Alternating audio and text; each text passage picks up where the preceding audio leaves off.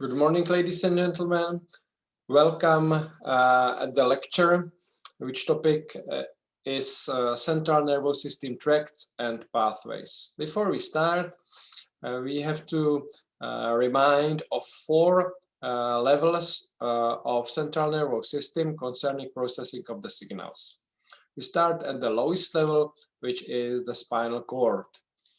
And as you know, the spinal cord serves for elementary muscle reflexes, and the afferent areas are the posterior columns of the gray substance which receives information coming from receptors, and the efferent part are nuclei with alpha and gamma motor neurons of the anterior columns of gray substance, which then sends the information back to muscles to perform the reflexes.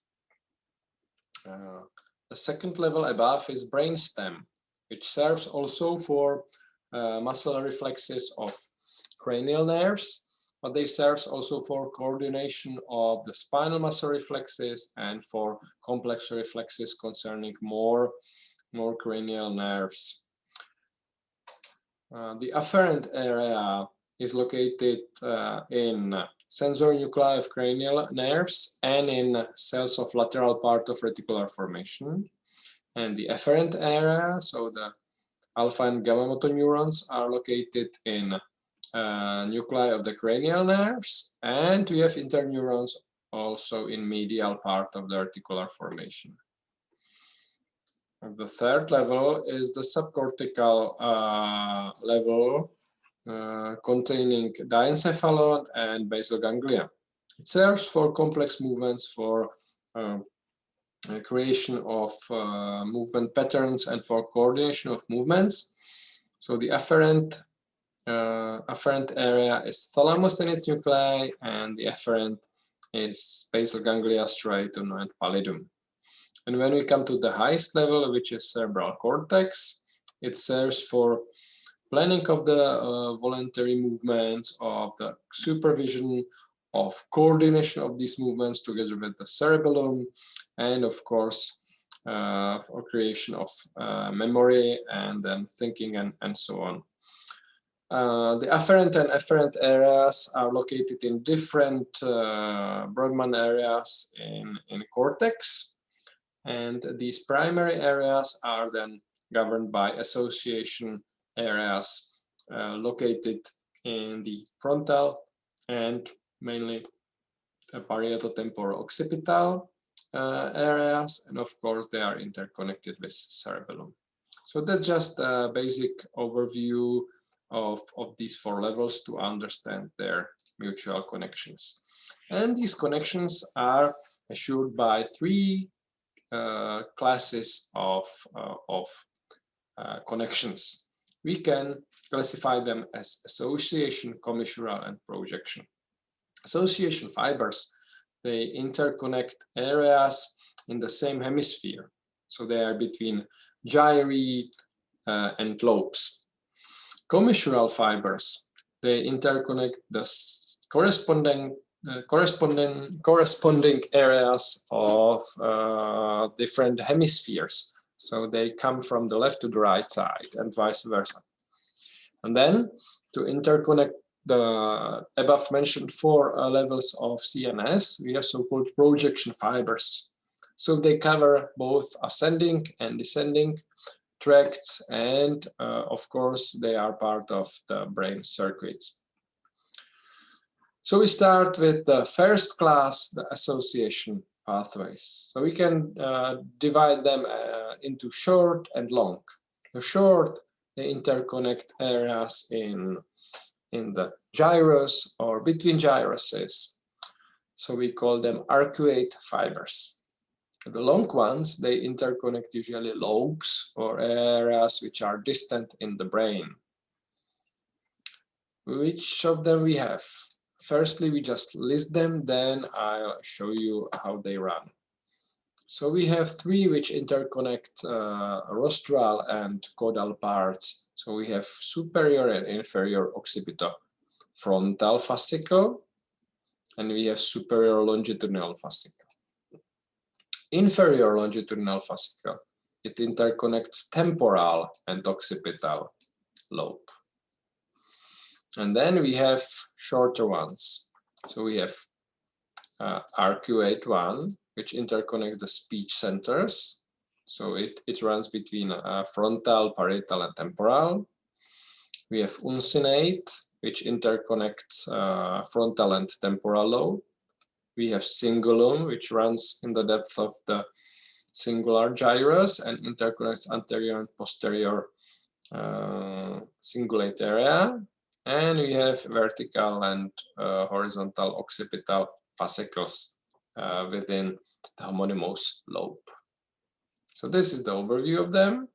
And now look how they look like. We can visualize them by two ways. One is to use a brain and carefully dissect it, and the second is to do it in a living person by method which is called tractography.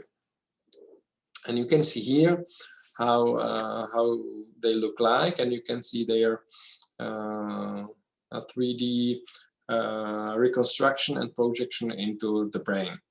So here, uncinate fascicle between the orbitofrontal cortex and the rostral part of temporal lobe, longer and quite complex arcuate fascicle which interconnects the Broca's and Wernicke's center. Then we have the cingulum, which interconnects the anterior and posterior cingulate area and parahippocampal gyrus. Then we have inferior longitudinal fascicle between the anterior part of temporal lobe, hippocampus and amygdala, and occipital cortex. And then we have the superior and, in this figure, inferior occipitofrontal fascicle, which interconnect these two lobes. When we look at the horizontal section, we can also see the projections of these fibers. So we can nicely see, for example, the inferior occipitofrontal fascicle here, the occipital fascicles, and pay attention to this red, as we can see the cingulate gyrus section twice, occipital and frontally. We also see this cingulum twice here. Another way how to show it on sagittal section. Here you can see different long association pathways, again interposed on MRI. So, for example, the uncinate from orbitofrontal cortex to anterior temporal lobe here, or the arcuate fascicle we can see here as it's composed from 3 segments, anterior, posterior, and long segment, for example. Another way how to show it when you do a scheme from the 3D reconstructions. So here you can see a combination of the superior and inferior occipitofrontal fascicle, so the longest association fibers we have in the brain. And then here again the arcuate fascicle. Don't forget, when we disrupt it, we get a special kind of aphasia. You know, when we have a lesion in Broca's area, we have so-called motor aphasia, problems with the speech. When we have a lesion in Wernicke's area, we have problems with comprehension. And when we have a lesion in the arcuate fascicle, we have so-called conductive aphasia. So the patient can understand what he or she hears. The patient can speak, but cannot link these two things. So the patient usually speaks about something else than he or she is asked. Inferior longitudinal fascicle, here is shown how it interconnects the amygdaloid body and the hippocampus with the occipital cortex. And this was to conclude the first class. The second class of pathways are commissural pathways. They interconnect the same areas of the brain. And we can divide them into cortical, which interconnects hemispheres. They are large. And then we have small, which interconnects the subcortical areas. So let's start with the cortical. We have 3 of them. And they are based, of course, on development. So we start with the largest, the neocortical corpus callosum. And you can see how the corpus callosum is arranged. Yeah? Maybe it's better visible here when we look from above on the dissected brain. You can nicely see that the fibers of corpus callosum interconnect frontal lobe, parietal lobe, occipital lobe, and then on the section we will see that it interconnects also the temporal lobe. This band, which is lying on it, does not belong to corpus callosum. It is a rudimentary part of archicortex, which we call induseum griseum, and these are striae longitudinales, medial and lateral ones. Yeah, but they are just located on it, so they are visible. We can also name the parts of it. You can see that the anterior and posterior parts, which look as a fan or as a thongs, they are called forceps, anterior and posterior forceps. But on a section, on the sagittal section, you can see that the corpus callosum looks as a letter C. We have a beak rostrum, but this beak points occipitally, yeah, not rostrally. So it's called only according to the shape of it. Then we have a knee, genum. Then we have the trunk, truncus, and then we have the enlarged part, splenium. It interconnects all the lobes, as I said, except majority of the temporal lobe. In temporal lobe, it interconnects only the auditory areas. Of course, tractography can shows us nicely the extent of corpus callosum. So you can see it nicely here, and we have here a somatotopic arrangement. So from the frontal to temporal parietal areas and occipital. As I said, it interconnects all the lobes except for temporal, and in temporal only the auditory ones. So the majority of the temporal is there interconnected by anterior commissure. But we have another commissure, which we call a commissure of fornix. Yeah? So for the fornical commissure. And fornical commissure interconnects mainly archicortical structures. That means hippocampus here. Yeah? This connection is located in the main white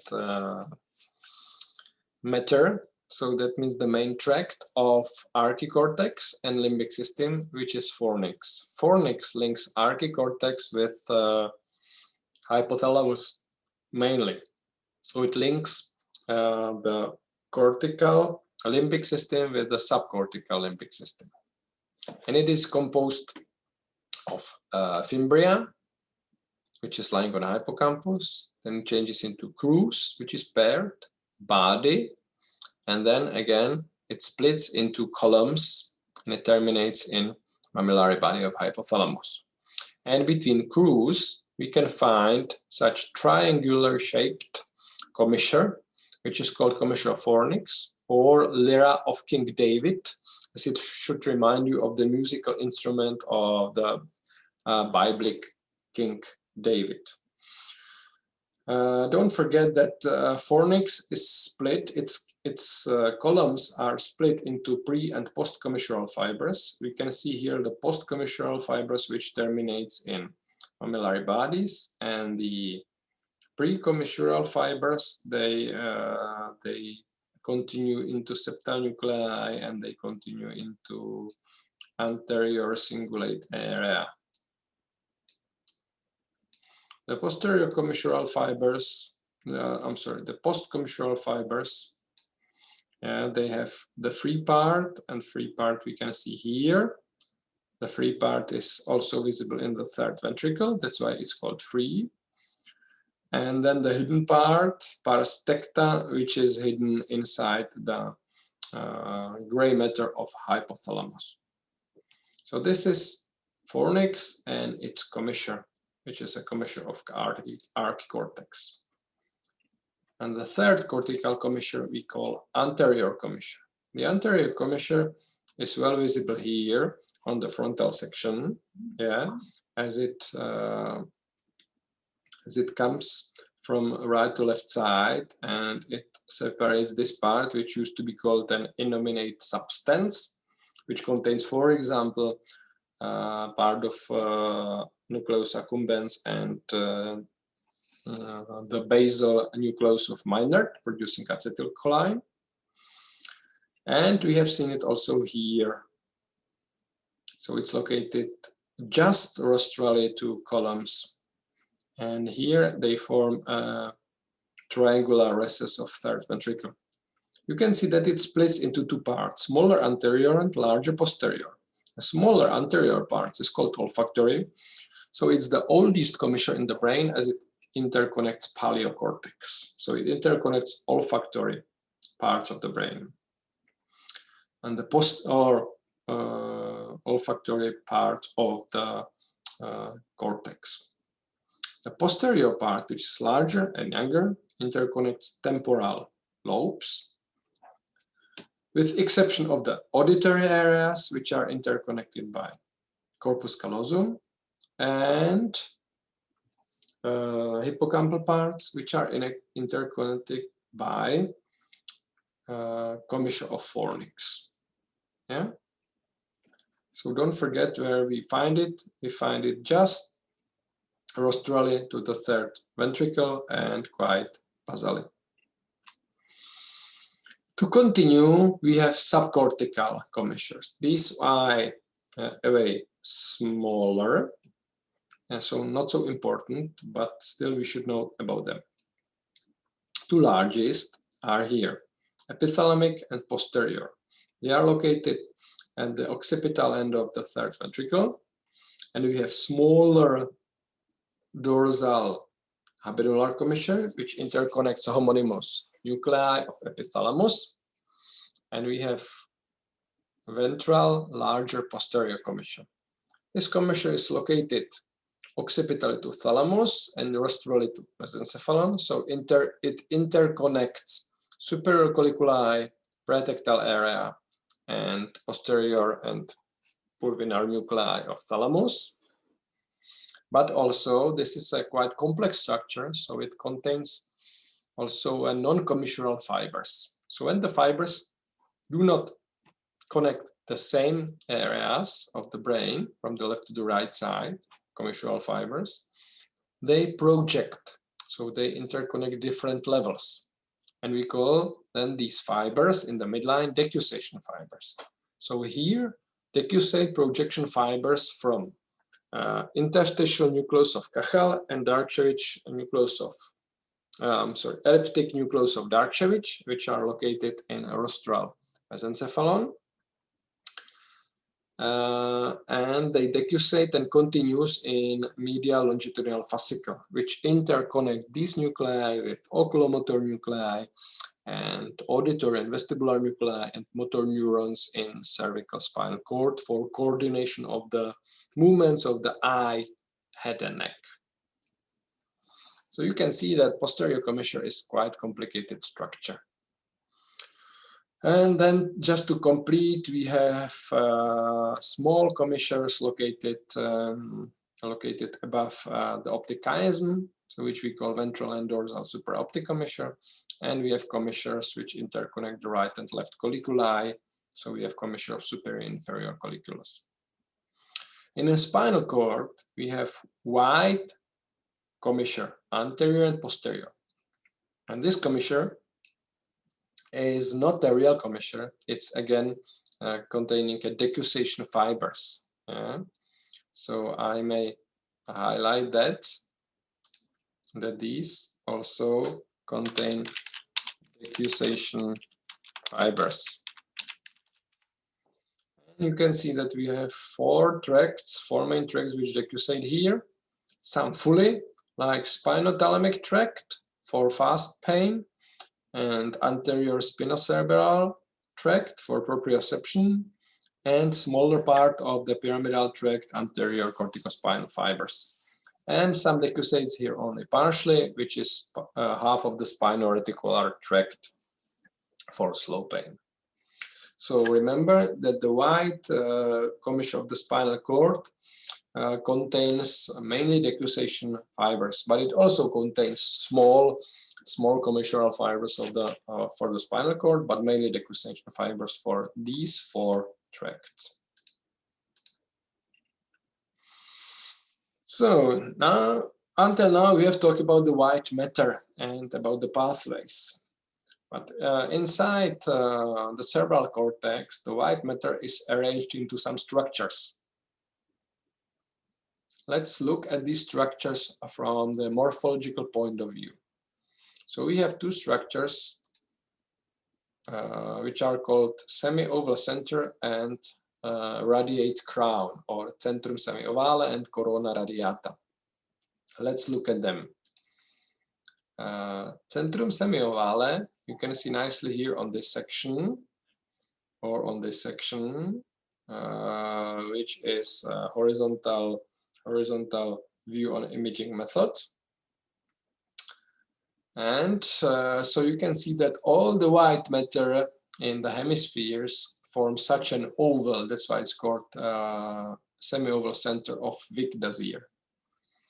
If you look at this on sagittal section, we can see nicely the fibers, and the fibers look like a fan.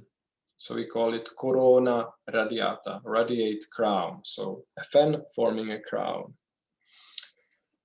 And these fibers, they contains fibers of corpus callosum, but it also contains fibers of anterior commissure, and they also contain fibers of the projection pathways. So the projection pathways, so when they come from cortex below to subcortical structures, they have to pass through the subcortical structures. And I think you know from sections already the term internal capsule. You can see that internal capsule are white fibers located laterally to thalamus and caudate nucleus, and medially to lentiform nucleus, mainly medially to globus pallidus. Laterally to nucleus lentiformis, so laterally to putamen, we also find some white matter, which we call external capsule, and then divided by claustrum, you can find here extreme capsule. And the lateral border of extreme capsule here is insula.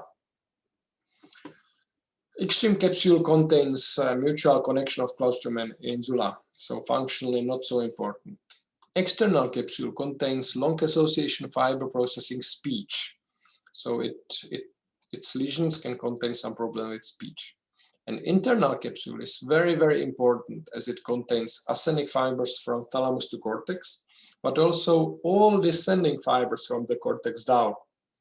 And it suffers from bleeding. And you may remember the Charcot's hemorrhagic artery or Heubner's recurrent artery, which bleeding can destroy different structures, including internal capsule. So we should understand the precise somatotopic arrangement of the internal capsule, as you can see here. So we can distinguish the anterior limb. Okay, so we start with the anterior limb, crus anterius, which is here. And then we have a knee, genu, which is here. And then the rest, which we call posterior limb, crus posterius. So if you look into the anterior limb, what interesting we can find there? So you can see that we have here anterior thalamic radiation, and the anterior thalamic radiation can also be called thalamocortical tract, which means that all the fibers of thalamus to cortex has to ascend through internal capsule.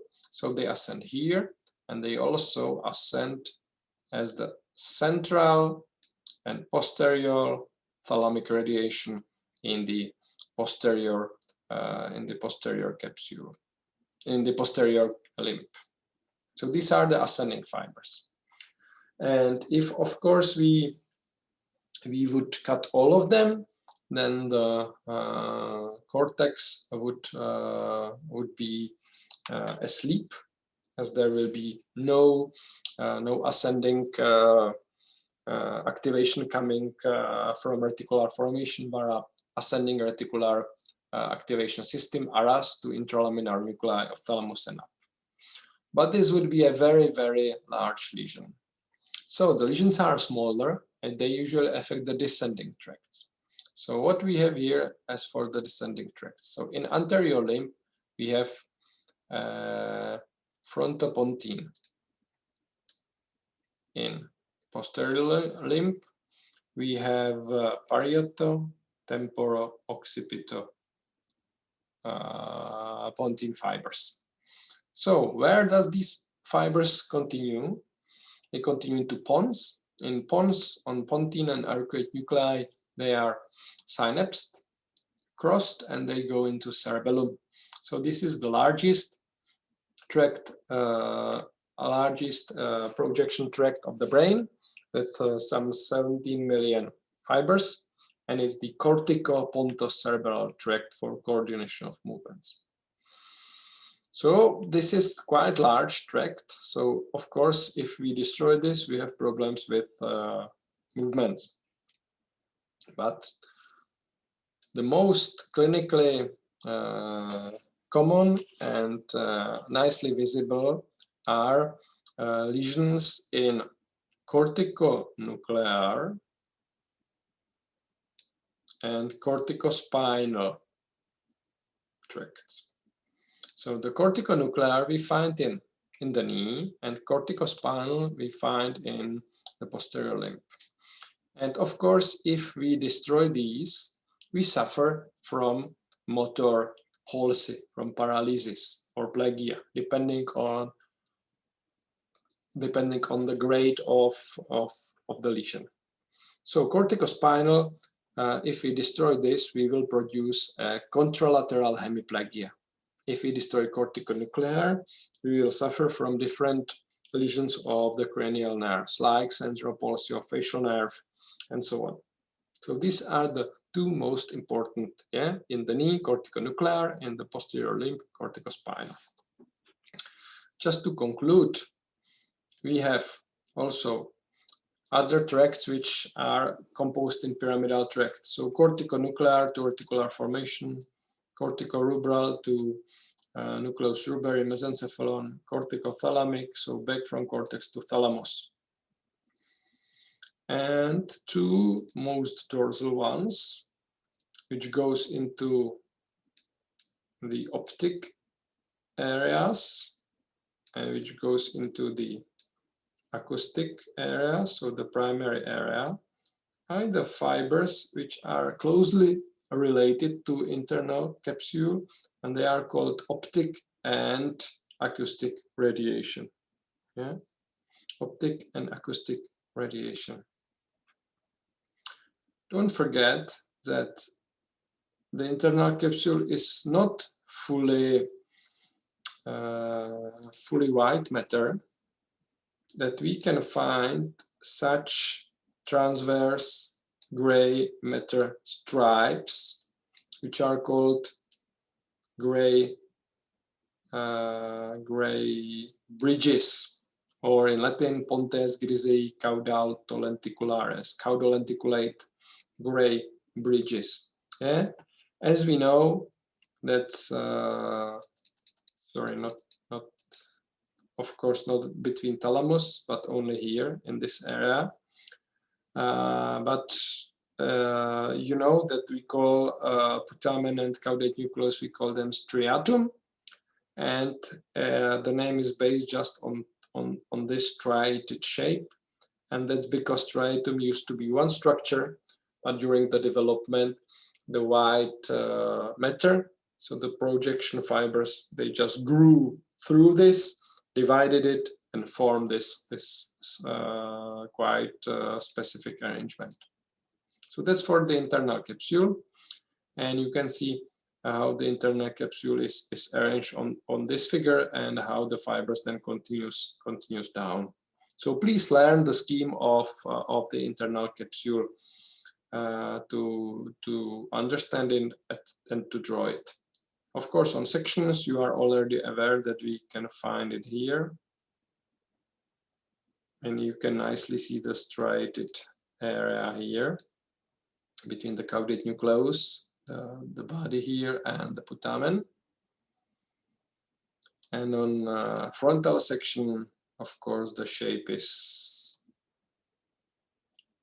different, and the striated part is here. Between here, we have the head of caudate on this section and the putamen. This white matter here is the anterior commissure. Okay, this concluded the first two classes, and now we finally approach the projection pathways. The projection pathways interconnect these four levels of CNS mentioned at the beginning, and we can divide them into ascending and descending. For ascending, we have a synonym afferent, and we can divide them into special sensory, as you can see here down, which serves for special senses. And we have the somatosensory, and this somatosensory we can divide into direct, which goes from the receptor directly to finally to the cortex, or to some subcortical structures, and indirect, which are collaterals ending in cerebellum. And we will talk now about the afferent ones, and we start with the main afferent ones, which we can divide into lemniscal and anterolateral system, and these two originate in the same area in the spinal cord. They terminate in the same area in the thalamus, but they have a different path. So that's why we have to distinguish between them. The descending one, we can divide into pyramidal, so which is composed of the fibers which we already know from internal capsule, so corticospinal for alpha motor neurons of spinal cord, corticonuclear for alpha motor neurons of the brain stem of the cranial nerves, and the largest, which is corticopontocerebellar, and then, of course, should not forget about the corticorticular, corticoruberal, and cortico-olivar. This serves for your voluntary motorics. For involuntary motorics, we have, for example, these 5 tracts, which are called extrapyramidal pathways. Even this term can nowadays be considered as obsolete. It still helps you to understand it, and in clinics, it's still used to describe symptoms which comes from a lesion of these extrapyramidal pathways. So the most important are reticulospinal and vestibulospinal for activation of flexors, extensors, and for muscle tone. And then we have some other like tectospinal, rubrospinal, raphe-spinal, interstitial spinal, and so on. And then don't forget we have 2 old brain stem pathways. We have medial and posterior longitudinal fascicle, which are bidirectional fascicles, and we will pay attention to them at the end. So we start with the ascending projection pathways, and we start with the somatosensory ones. So the first one is the tract which we find in dorsal fascicles or in dorsal funiculi or posterior funiculi of the spinal cord. So you can see we have different terms. It is anatomically called spinobulbothalamocortical tract, as it comes through all these structures, but this seems to be too long, so sometimes it's called lemniscal system, as it goes via medial lemniscus. As you know, we have more lemnisci. We have spinal lemniscus, trigeminal lemniscus, and lateral lemniscus. So the lateral lemniscal system is easy for lazy people, but it can cause some problems. That's why the anatomist prefers spinobulbothalamocortical. It is a 3-neuronal pathway. What does it mean? For all the pathways, we have to imagine when they are ascending sensory, they start at the receptor. Yeah, the receptor can be primary or secondary. For the case of the sensory, somatosensory ones, it is a primary receptor, and it can be a free nerve ending or any encapsulated nerve ending, like tactile corpuscle in the skin, or it can be inside the body. So for visceral touch, it can be a proprioception receptor, which is a muscle spindle and a tendon, Golgi tendons organ, so on. That's the receptor. And as it's a primary receptor, it means it's a neuron. So then the peripheral process continues into the spinal cord. In spinal cord, we have the T-shaped pseudo-unipolar neuron located in spinal ganglion. So it's then the central process continues into the spinal cord. It enters the spinal cord, but it does not synapse in spinal cord, and it ascends within the posterior funiculi or dorsal fasciculi in gracile and cuneate fascicle. It ascends as far as medulla oblongata. So in medulla oblongata, we can find the second order neuron. So the first order neuron and its axon terminates as high as medulla oblongata here in gracile and cuneate nucleus, where it's synapsed.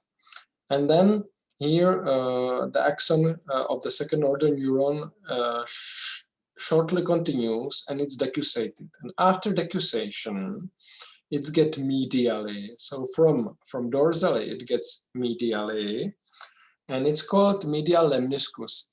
As it's on the section, it has a specific shape, so it's called medial lemniscus. And it continues up to thalamus, to ventral posterolateral nucleus of thalamus, where it's again synapsed, and here lies the third order neuron, and the third order neuron then continues through the thalamocortical tract, so via internal capsule to the primary somatosensory area, which is area 312 in postcentral gyrus in parietal lobe. In spinal cord, it ascends, and it has, as you know, a somatotopic arrangement. That means medially are located the more caudal fibers, and they form the gracile fascicle, and laterally are located the more cranial fibers, so from C1 to T6, and they form the cuneate fascicle. What does this spinobulbothalamocortical tract conveys? It is fine touch, and that's the most important information, I think. It's fine touch and proprioception.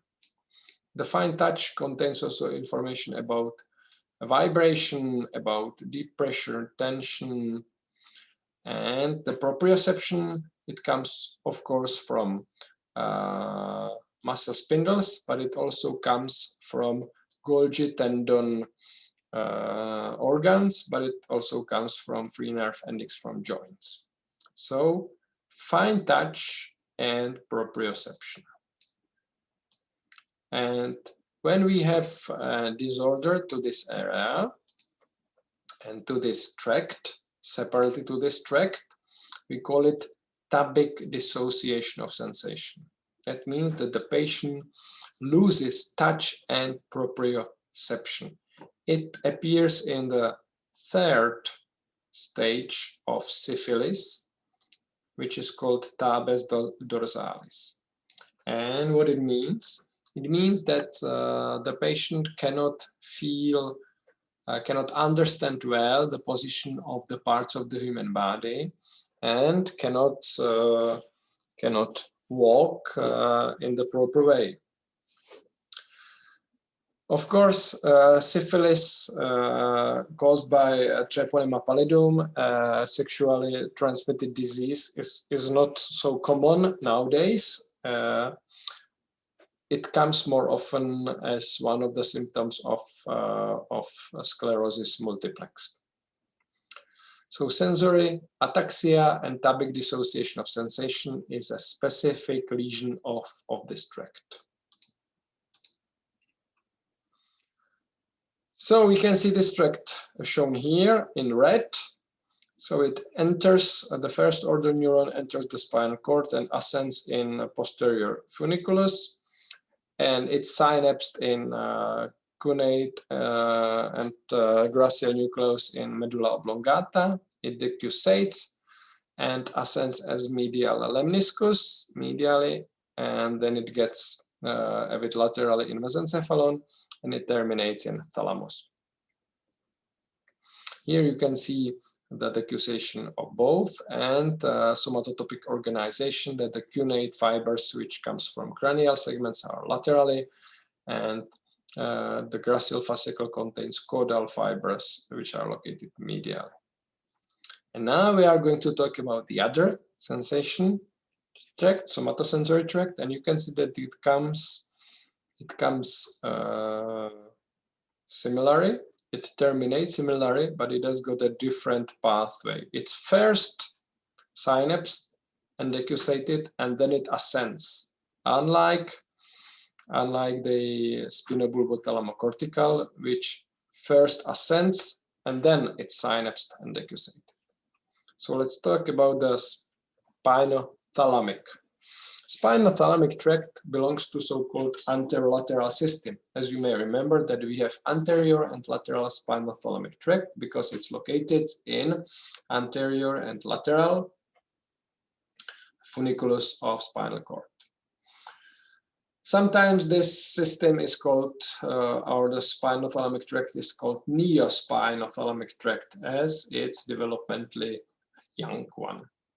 It's again 3 neuronal pathway, and it originates the same way. So we have the same receptors as we had for the spinobulbothalamocortical tract.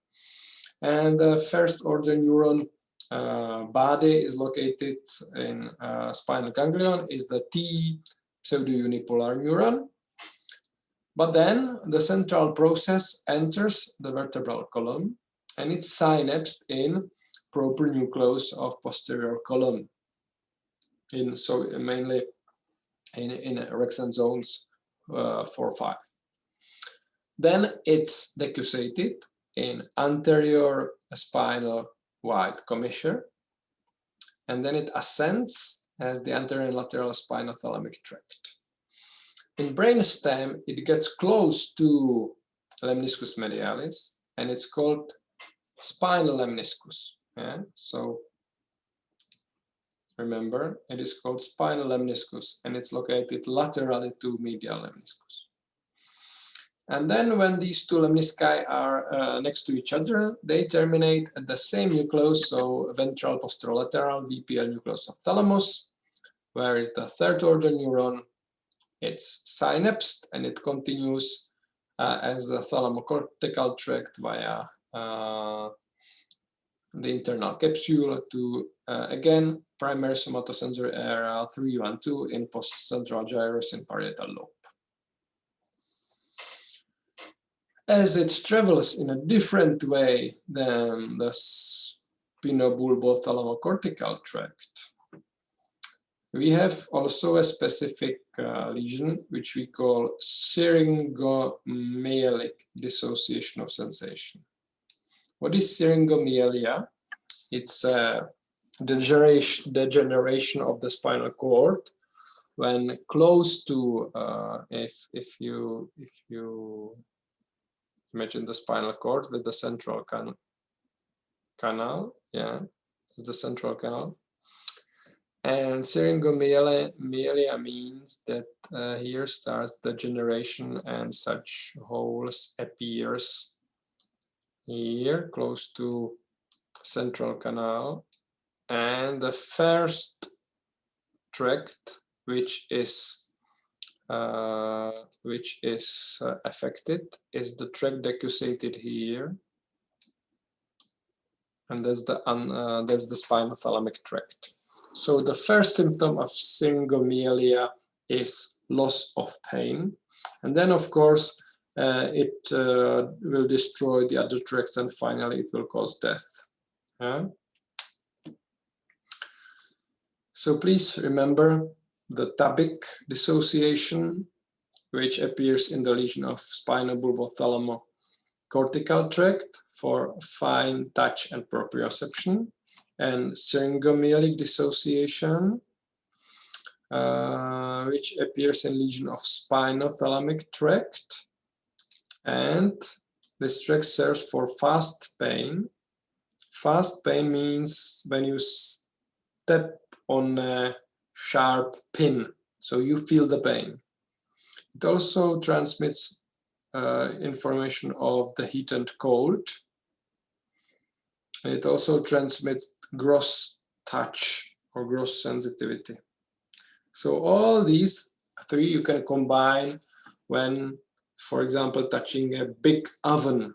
Big oven is really hot, and it causes you quickly a pain, and you can feel that it's a big oven with your big hands. Okay, so spinothalamic tract serves for fast pain, temperature, and gross touch, and it's decussated at the spinal level. The anterolateral system contains also a tract for slow pain. So for slow pain, we have a tract which we call spinoreticular, as this tract does not ascend as far as thalamus, but it is already synapsed in reticular formation. Yeah, so the third order neuron is reticular formation. And then it continues up. So the beginning of the tract is the same. So we have the receptor, we have the deep pseudo-unipolar neuron and the body in a spinal ganglion. Then it enters the Rexed zones, and it enters mainly the Rexed zones 1 and 2. So the substantia gelatinis of Rolando. And then the spinal-reticular tract ascends from interneurons from Rexed zones 4 to 7. It is usually non-decussated. Some fibers can be decussated, but usually it's non-decussated. And it ascends to reticular formation.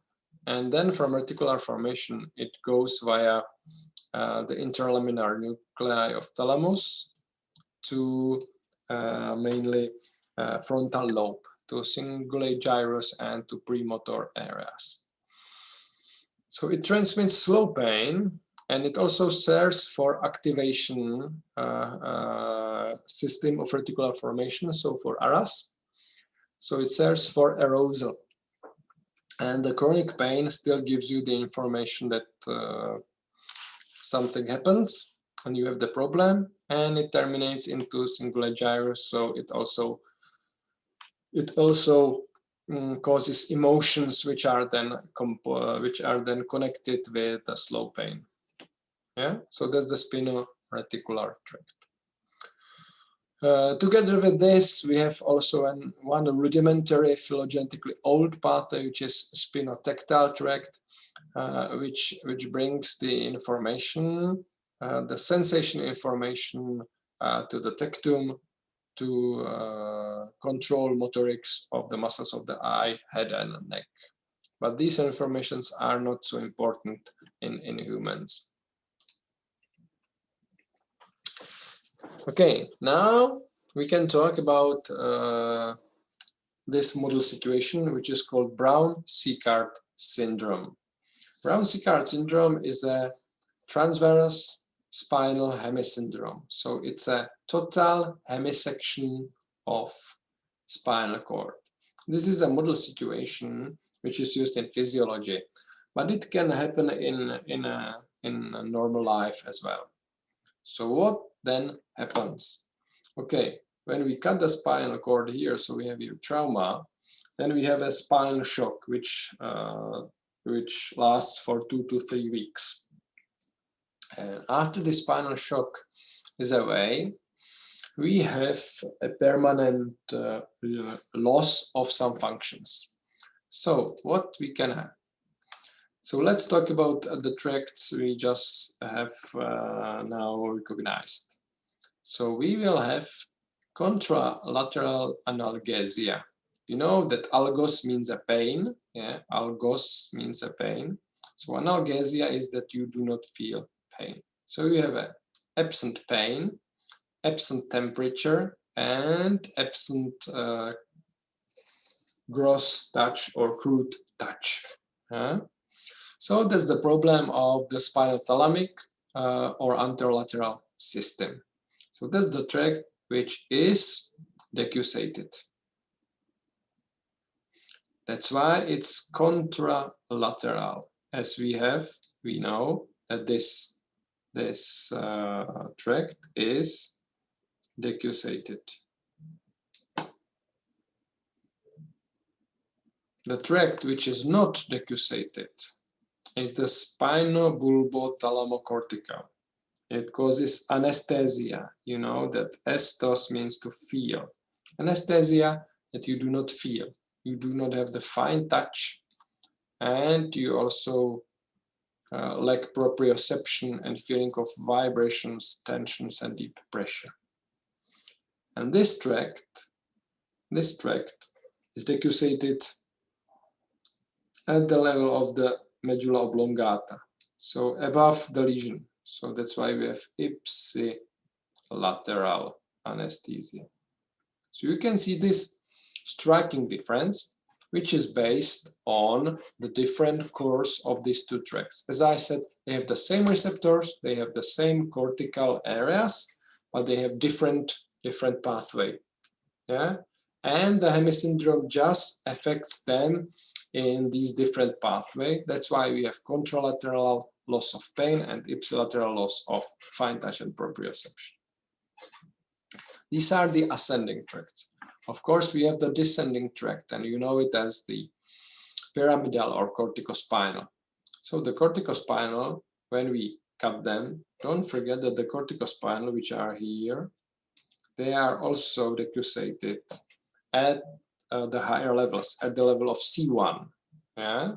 So just a bit below the decussation of the spinobulbothalamocortical tract for fine touch and proprioception.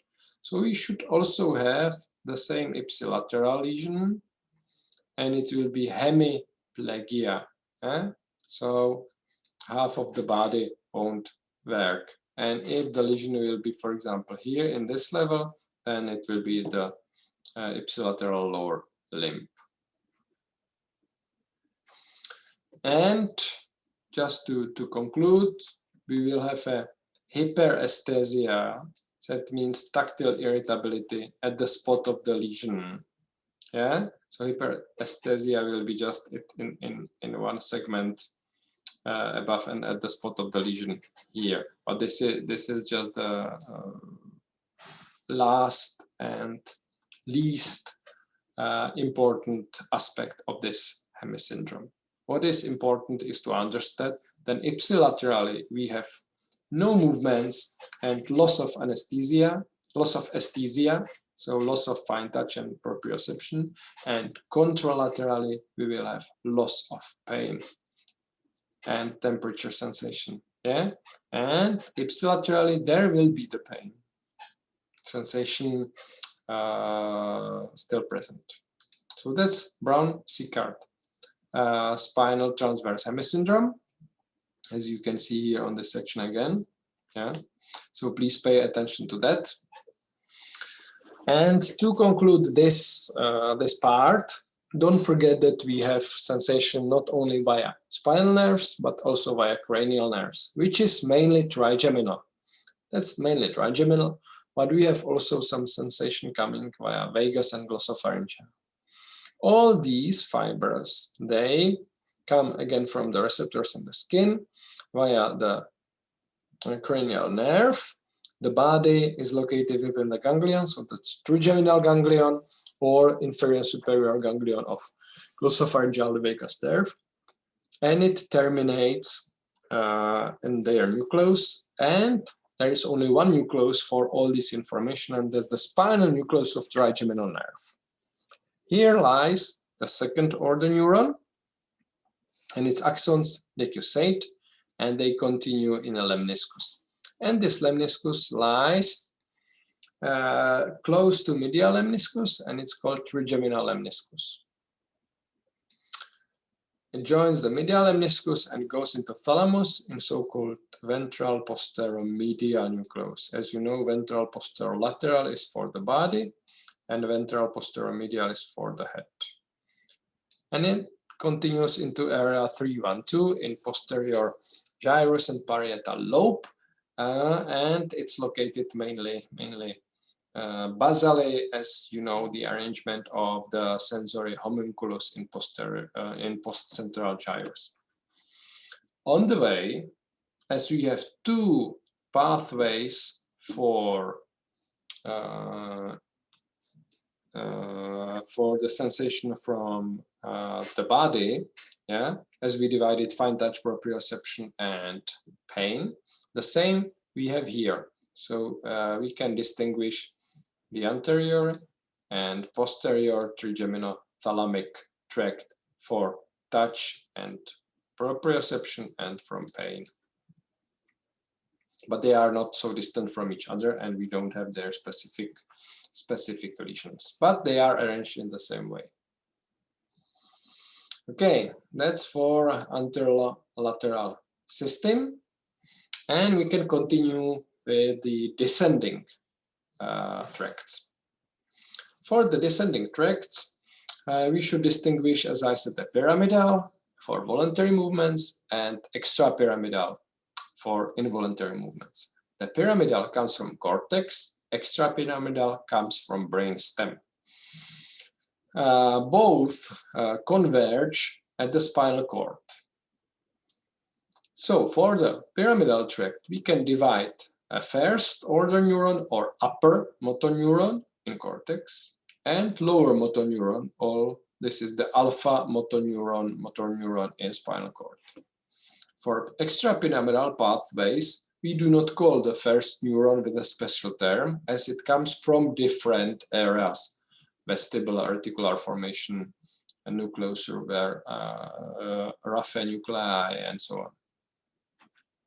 Definitely from second order neuron of the pyramidal tract, which is called the lower motor neuron, so from alpha motor neurons, the peripheral motor nerve comes to the skeletal muscle and terminates at the neuromuscular plate of the muscle. To control this, we have a reflex arch. For the reflex arch serves, of course, the afferent fibers, which are part of the afferent tracts.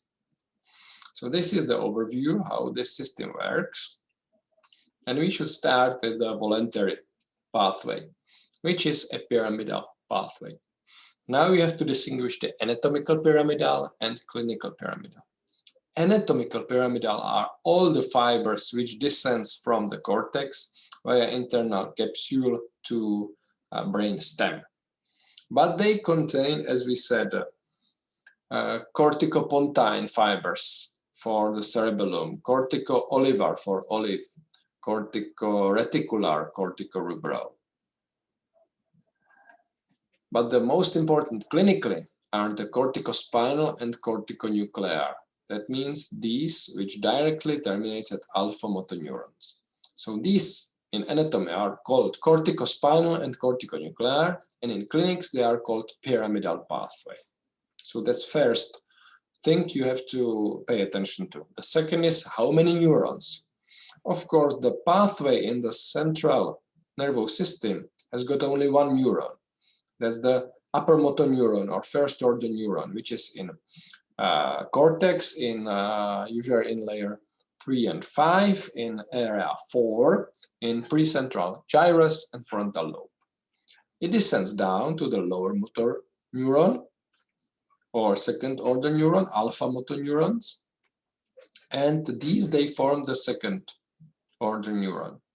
So if you talk about the one neuronal pathway, that's the pathway within the CNS. If you talk about the two neuronal pathway, you think about the whole one. Yeah, we prefer in anatomy that's a two neuronal pathway, so it comes from the brain to the effector itself.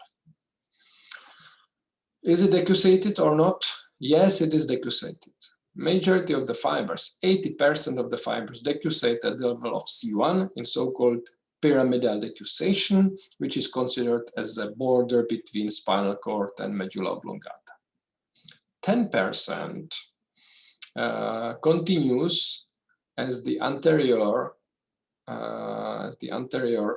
corticospinal fibers, and it's decussated at the level where it terminates. And they terminate mainly in the neck and a bit in the upper limb.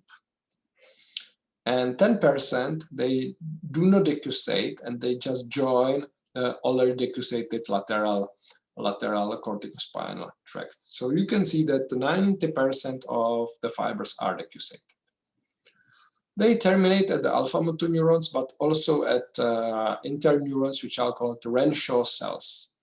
And this allows us, so it's not so easy just to neurons and to the muscle, but it's a complex area and the complex system. And the pyramidal tract contains not only fibers from area 4, but also fibers coming from somatosensory areas and other areas.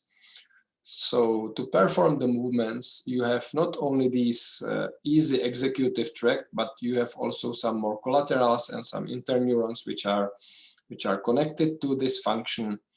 So it's really a complicated process. And it serves for coordination of movements of our distal muscles. So for example, when playing piano, yeah? If we destroy it in the central nervous system, in the brain somewhere, mainly in internal capsule, but it can also be compressed by tentorial notch during the brain swelling, brain edema, it will cause contralateral paralysis, as it's decussated at the level of C1. So here we can see that the majority of the fibers is decussated at the level of C1, and here the 10% descends, and sorry, 20% descends as the anterior corticospinal fibers, and 10% are decussated at the level of the spinal cord, and 10% are not decussated. This is just to remind you of that. And there are more figures showing how it descends. And I think I better return here and show you that it descends via the internal capsule. What is violet shows us the corticonuclear for cranial nerves, and what is red shows us the corticospinal. So then it descends through the peduncle of mesencephalon, then via pons as the longitudinal fibers of pons, and then in pyramis in medulla oblongata, and then it's decussated. Yeah.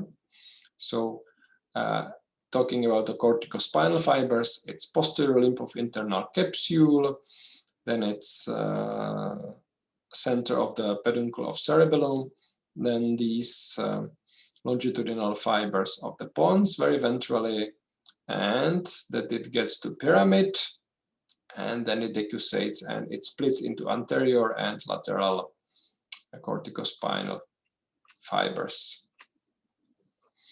Not to forget the corticonuclear, they terminate at the motor nuclei of the cranial nerves.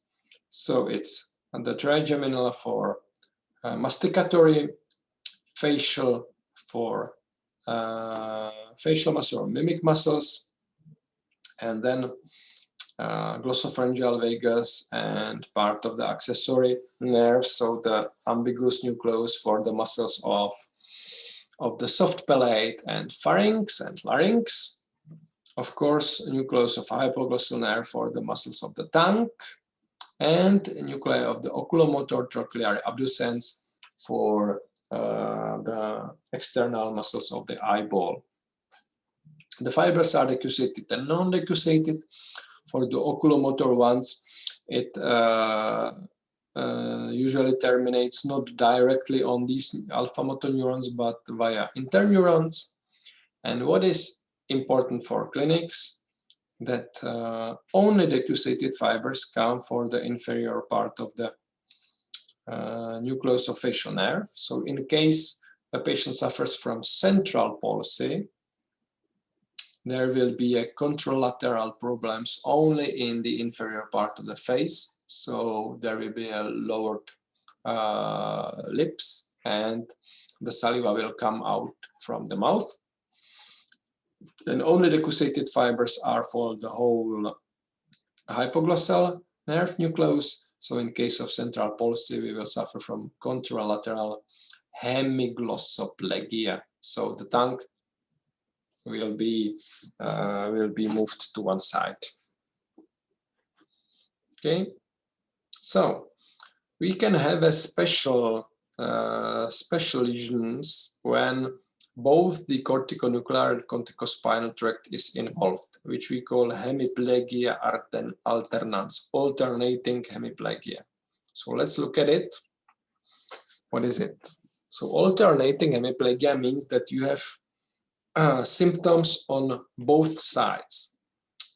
Contralateral is the paralysis of the limb and trunk muscles, as corticospinal tract is always decussated at the pyramidal level, so below the lesion. And you have ipsilateral paralysis of muscle innervated by the cranial nerve, as the nerves are not decussated usually here. Yeah? So it has a double lesion. It has a lesion of the cranial nerve, ipsilateral, and a lesion of the limb muscles, contralateral. And when it's at the level of mesencephalon, we call it superior alternating hemiplegia of Weber. And then we have a lesion of oculomotor nerve. So we have a divergent squint. If it's at the level of pons, we have so-called middle alternating hemiplegia of Millar-Gubler. And the problem will be, of course, the problems in facial muscles. And when it's a peripheral lesion, we will have ipsilateral lesion of the facial nerve, so the whole half face. That means lowered mouth angle, and of course lowered inferior eyelid, which we call lagophthalmus. So the problems will be with drying of cornea and the danger of loss of vision. And if the lesion is in medulla oblongata, we call it inferior alternating hemiplegia or Jackson 2 hemiplegia. And that's the problem with hypoglossal nerve, and we will have ipsilateral hemiglossoplegia. So these are quite rare in clinics, but anatomically easily to be explained lesions, alternating hemiplegia.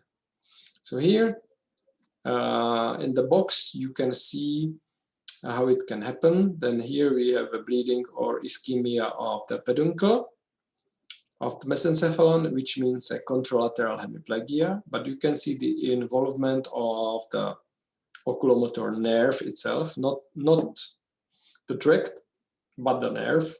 So that means we will have ipsilateral squint, and in case of oculomotor nerve, which is here, it will be a convergent squint. Oh, sorry, divergent squint, of course. Divergent, as the rectus lateralis is governed by abducent nerve, so it will work. So divergent squint.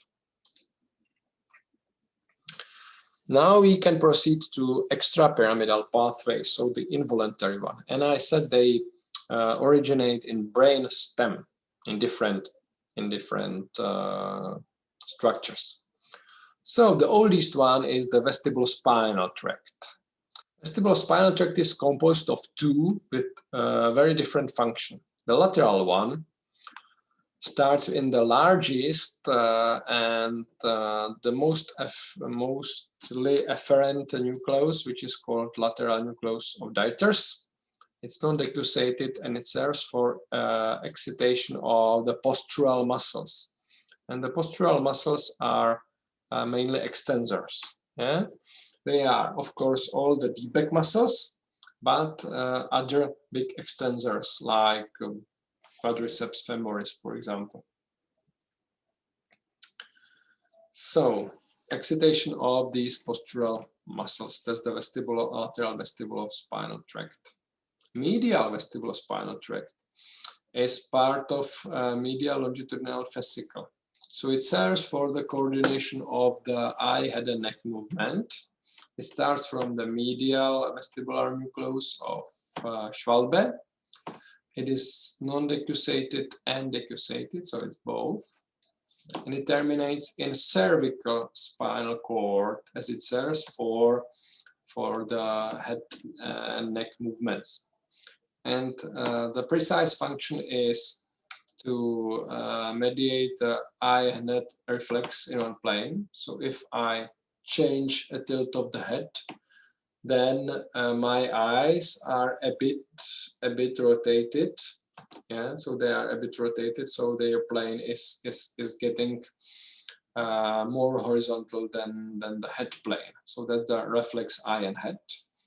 And it also stabilizes the head and eyes during the movement. So when I move the head and I try to fix the eyes, so it helps me to stabilize the gaze during the movements of the head.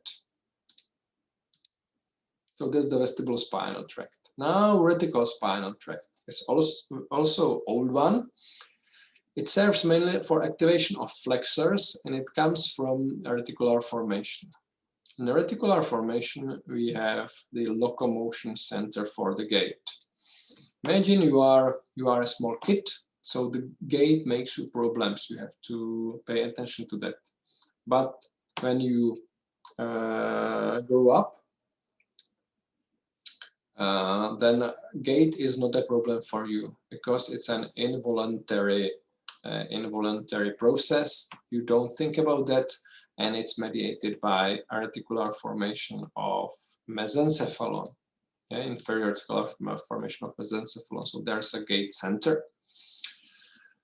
And from this part, it goes into reticular formation of pons, and from pons, the fibers are either non-decussated, so it activates extensors during the gait, and from medulla oblongata, they are partially decussated, that then mediates flexors.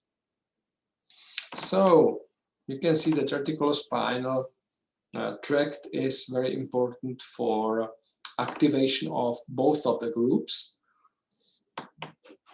And also its function is to control the gamma loop and muscle tone. As you know, you have alpha and gamma motor neurons. Alpha motor neuron serves for the movement, and gamma motor neurons serves for muscle spindles.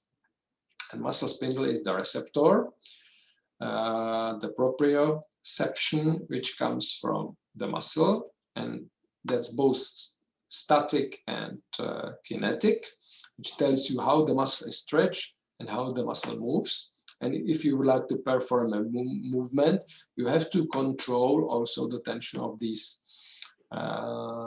muscle spindles. So the reticulospinal tract has a very complex function. So one is to control the gamma loop and the muscle tone, and second is to integrate the influence of what we want to perform with coordination of the movements, and also the emotional motorics. Yeah? So its function is both basic and complex. So that's the reticulospinal tract. And then we have some other tracts which are in humans a bit rudimentary.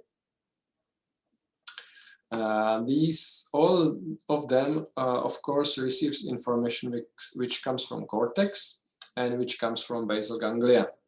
And this serves, as I said, for basic movements like pose the gait, and another of these can be a shaking hand when you meet people. Now we should talk a bit about the tectospinal and tuberospinal, which decussate both in mesencephalon. We can see this decussation as anterior and posterior tegmental decussation, and tectospinal serves together with the medial vestibulospinal in the motorics of the head and neck, as the information comes from tectum, so they are combined with your visual stimuli, so they terminate in the cervical spinal cord. And then we have the rubrospinal, and the rubrospinal comes from the magnocellular part. Magnocellular part is the smaller rudimentary part with larger cells of the red nucleus.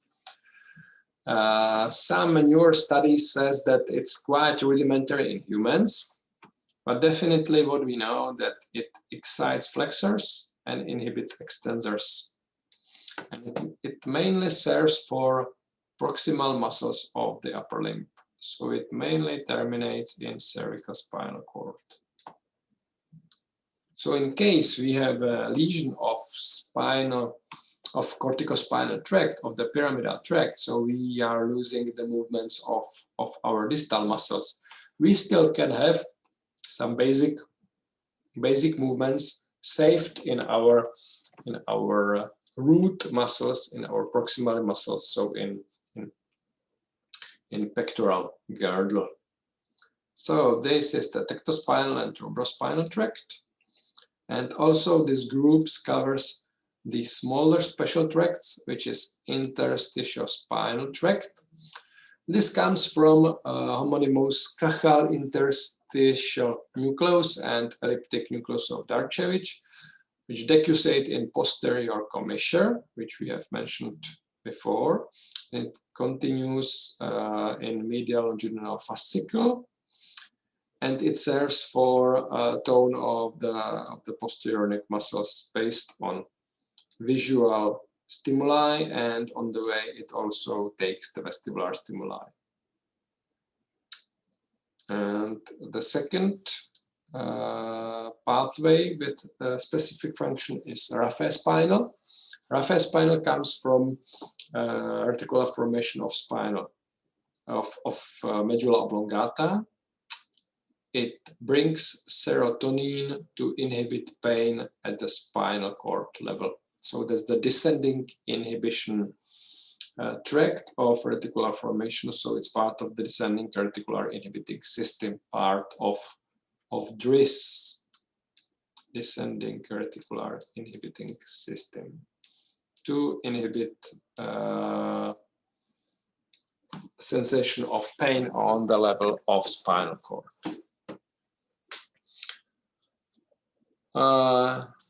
Just don't forget that we have some central autonomic pathways. Yeah, they are also descending, and the central autonomic pathway, which are located very, very medially and dorsally, they go to sympathetic and parasympathetic centers. So they serve for setting of baroreceptors, for example, and they mediate information coming from pontine centers to parasympathetic systems. So, for example, we have a pontine micturition center, which is called a Barrington-Pontine center, and we have pontine defecation center, and the information from these pontine centers of reticular formation comes down to centers of pudendal nerve, which are called onus centers, located at the level of C2 to C4, and via pudendal nerve they continue to the appropriate muscles of urethra and rectum. So also do not forget the central autonomic pathway belongs to descending tracts, extrapyramidal.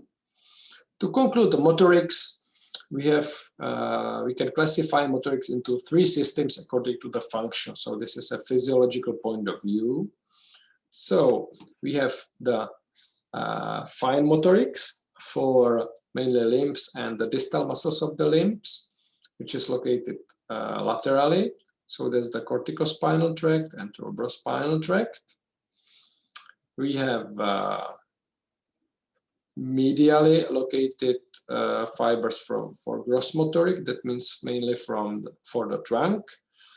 It means to have a posture, vestibulospinal tract, to coordinate the head and neck movements, tectospinal tract, and of course to mediate the muscle tone by a reticulospinal tract. And then we have a motorics which appears during our emotions.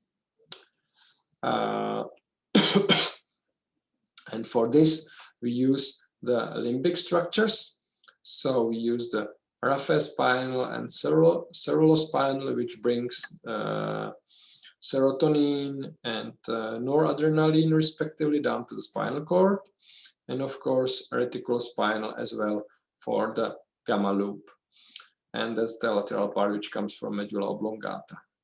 So the third systems which are based on the functional, mainly the lateral fine movements, medial gross movements, and the third system which are emotional movements. And the last information before we come to special sensory are the old brainstem pathways. We have 2, we call them longitudinal fascicles. They are located medially and dorsally. And we start with the medial longitudinal fascicle, which starts from Kachl interstitial center and interstitial nucleus and Darkshevich elliptic nucleus. This nucleus or these nuclei are located in the vertical gaze center in tectum. The fibers which comes to the longitudinal medial fascicle comes also from the nuclei of oculomotor nerves. That means oculomotor, trochlear, and abducent. They come, of course, from center which receives the visual stimuli, superior colliculus, and they interconnect also the facial, but mainly vestibular and auditory nuclei, and they continue down to cervicospinal cord. It's decussated just at the beginning, so after leaving the Kachals and Darkshevich nucleus, so it's decussated at the level of posterior commissure. And it contains also a tectospinal tract, interstitial spinal, and medial vestibular tract. So the function is to coordinate eye, head, and neck movements. For example, if I hear a voice, I move the head and eye towards the stimulus, for example. And all these movements, they are composed of basic reflexes, optokinetic vestibulo-ocular reflex, and also so-called saccadic eye movements. And you will come to details of these in physiology and neurology. And all these are tested in neurology to find out where exactly the lesion is. So this is the tract which mediates connection of all these structures. And they are located here, so medially and dorsally. And when we come to the second old brainstem pathway, which is called posterior or dorsal longitudinal fascicle of Schütz, here it's important that it's an autonomic tract, and autonomic tracts are not decussated. So remember here that it's non-decussated, autonomic, bidirectional tract. And it comes from hypothalamus down to sympathetic and parasympathetic structures. So it descends to parasympathetic nuclei of cranial nerves, and of course to parasympathetic nuclei of spinal cord S2 to S4. It descends to sympathetic nuclei of thoracolumbar spinal cord, and of course it descends to reticular formation nuclei. It also, to hypothalamus, takes information from reticular formation, and solitary nucleus also gives information, which are viscerosensory and gustatory, and it's closely related to periaqueductal gray matter. So that's the posterior or dorsal longitudinal fascicle. So bidirectional autonomic system coordination pathway. We continue with the special sensory tracts, special sensory projection tracts. They are, of course, all ascending as they come from the receptors to the cerebral cortex. We start with the most complicated, which is the optic pathway.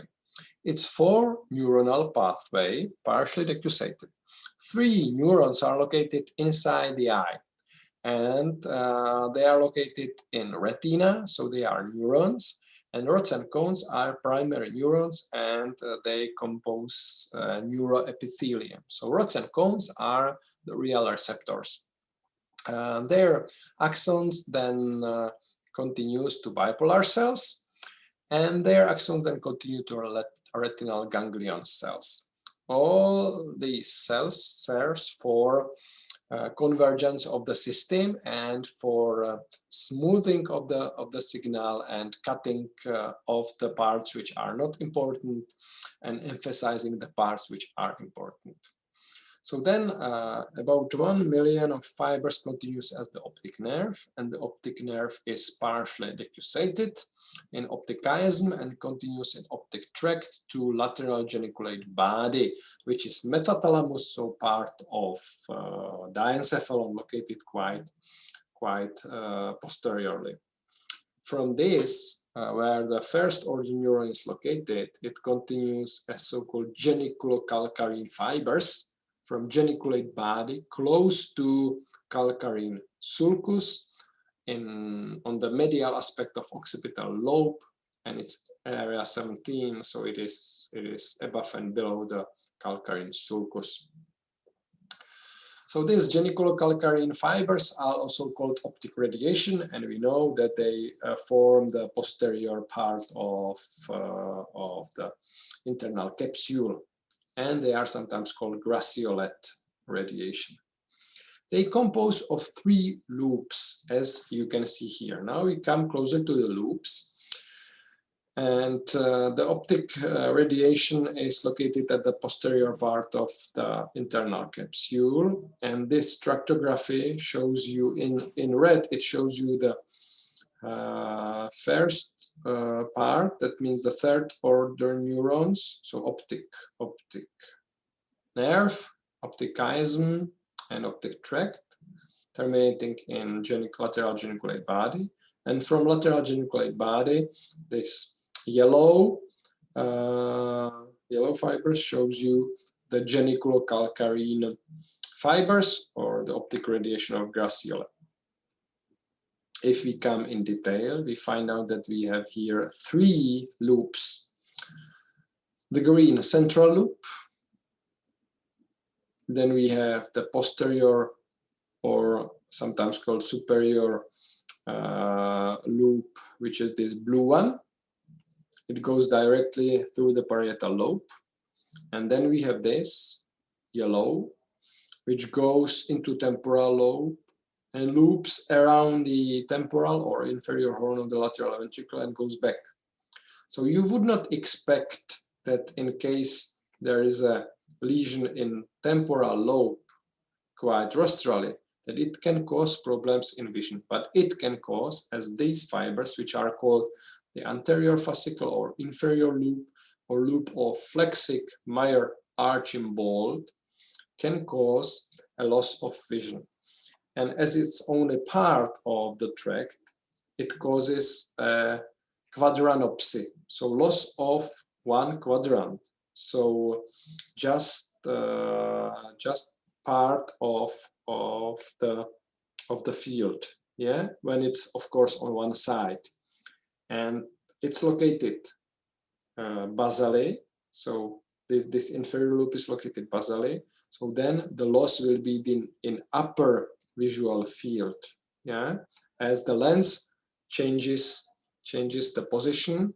So when it's located inferiorly, then of course the light has come from above, yeah, and the lens then physically changes the position. So don't forget that the optic pathway has got collaterals.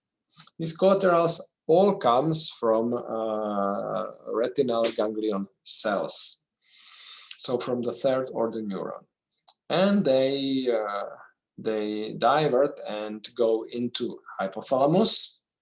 In the hypothalamus, mainly to suprachiasmatic nucleus, which is the center of circadian rhythms, but it also goes to paraventricular nucleus, and here it brings visual stimuli to highest autonomic centers. So, for example, when you see something delicious, it can cause salivation. Yeah? So, optic stimuli to your autonomic functions. The other collateral, which is called medial or mesencephalic root, goes into pretectum, into pretectal area, where we can find the pretectal nuclei. And here, after synapsing, it continues to the brainstem motor nuclei, so to the parasympathetic nucleus of oculomotor nerve, Edinger-Westphal nucleus, where is the fifth order motor neuron, and then it continues via the oculomotor nerve to ganglion ciliare, where we find the sixth order motor neuron, and after synapsing here, it continues via short ciliary nerves to sphincter pupillae, so it causes meiosis, and of course to ciliaris muscle, so it serves for accommodation of lens, for vision, for focusing at near. Of course, when we have meiosis, we have mydriasis. So for mydriasis, it comes from the pretectal nuclei, which are the fourth order neuron. It continues to reticular formation, as the mydriasis is mediated by sympathetic trunk. So the fifth order neuron is in reticular formation of the brainstem. It continues via the reticulospinal tract to the thoracolumbar area. So you know that the very first, so the highest sympathetic structure in spinal cord is located at the level of C8. We call this group of neurons ciliospinal center of Budge, and ciliospinal, as it comes from spinal cord then to ciliary ganglion. So here it's again synapse, so that's the sixth order neuron at the level of C8, of course, in lateral horn. Then via wide communicating branch, it gets into stellate or cervicothoracic ganglion. Here it's not synapse, and it continues up to via sympathetic trunk to superior cervical ganglion, which is a ganglion for head. So here it's synapse, here is the seventh order neuron. And then it gets via a short internal carotid nerve to C1 segment of internal carotid artery, forming a plexus around the artery. And then this plexus continues up to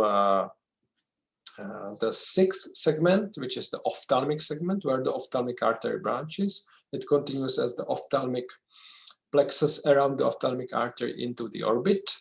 then it gets from this plexus to ciliary ganglion. It is not synapsed here, it has been already synapsed in the previous superior cervical ganglion, so it's just passing through via the short ciliary nerves. So it just gets together with the parasympathetic fibers again, and it continues to dilate the pupillae muscle for mydriasis. That's why mydriasis is a bit delayed. Meiosis is quicker, mydriasis is slower. Okay, from the pretectal area where we have the fourth order neuron, it also continues to interstitial Kachl nuclei. And we know that this serves for medial longitudinal fascicle and for the coordination of the head, neck, and eye movements. And one of the processes which happens is convergence. Yeah, so if you would like to look at something, you move the head, neck, but you also converge the eyes, or diverge is necessary, if necessary. So there should be a collateral to this nucleus, and via medial longitudinal fascicle to other nuclei, which are the fifth order neurons of nuclei. And of course, here should be the third, fourth, and sixth. So oculomotor, trochlear, and abducent nerves.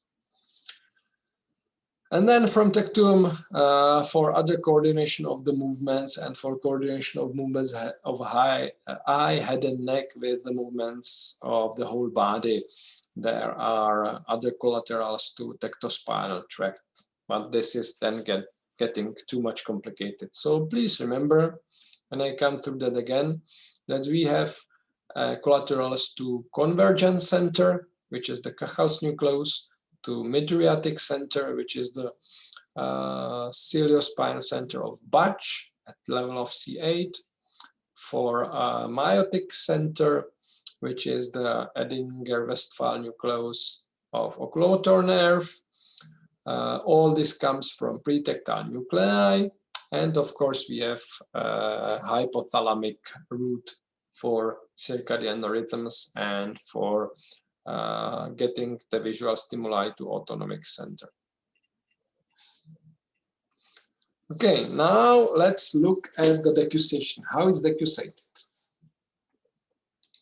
For vision, the most important is the macula lutea, so the area of the most acute vision. And you can see that the fibers from macula lutea are both decussated and non-decussated. So if you have one-sided lesion, then the other side helps you. Yeah.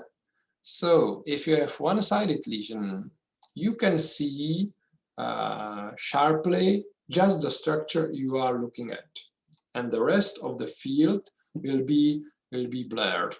Yeah. So then the vision is nicely, if you have the visual field, you can see it nicely in the center, but not in the periphery. As we then see later, I have a slide for all these lesions. So you will have a central sparing of the vision.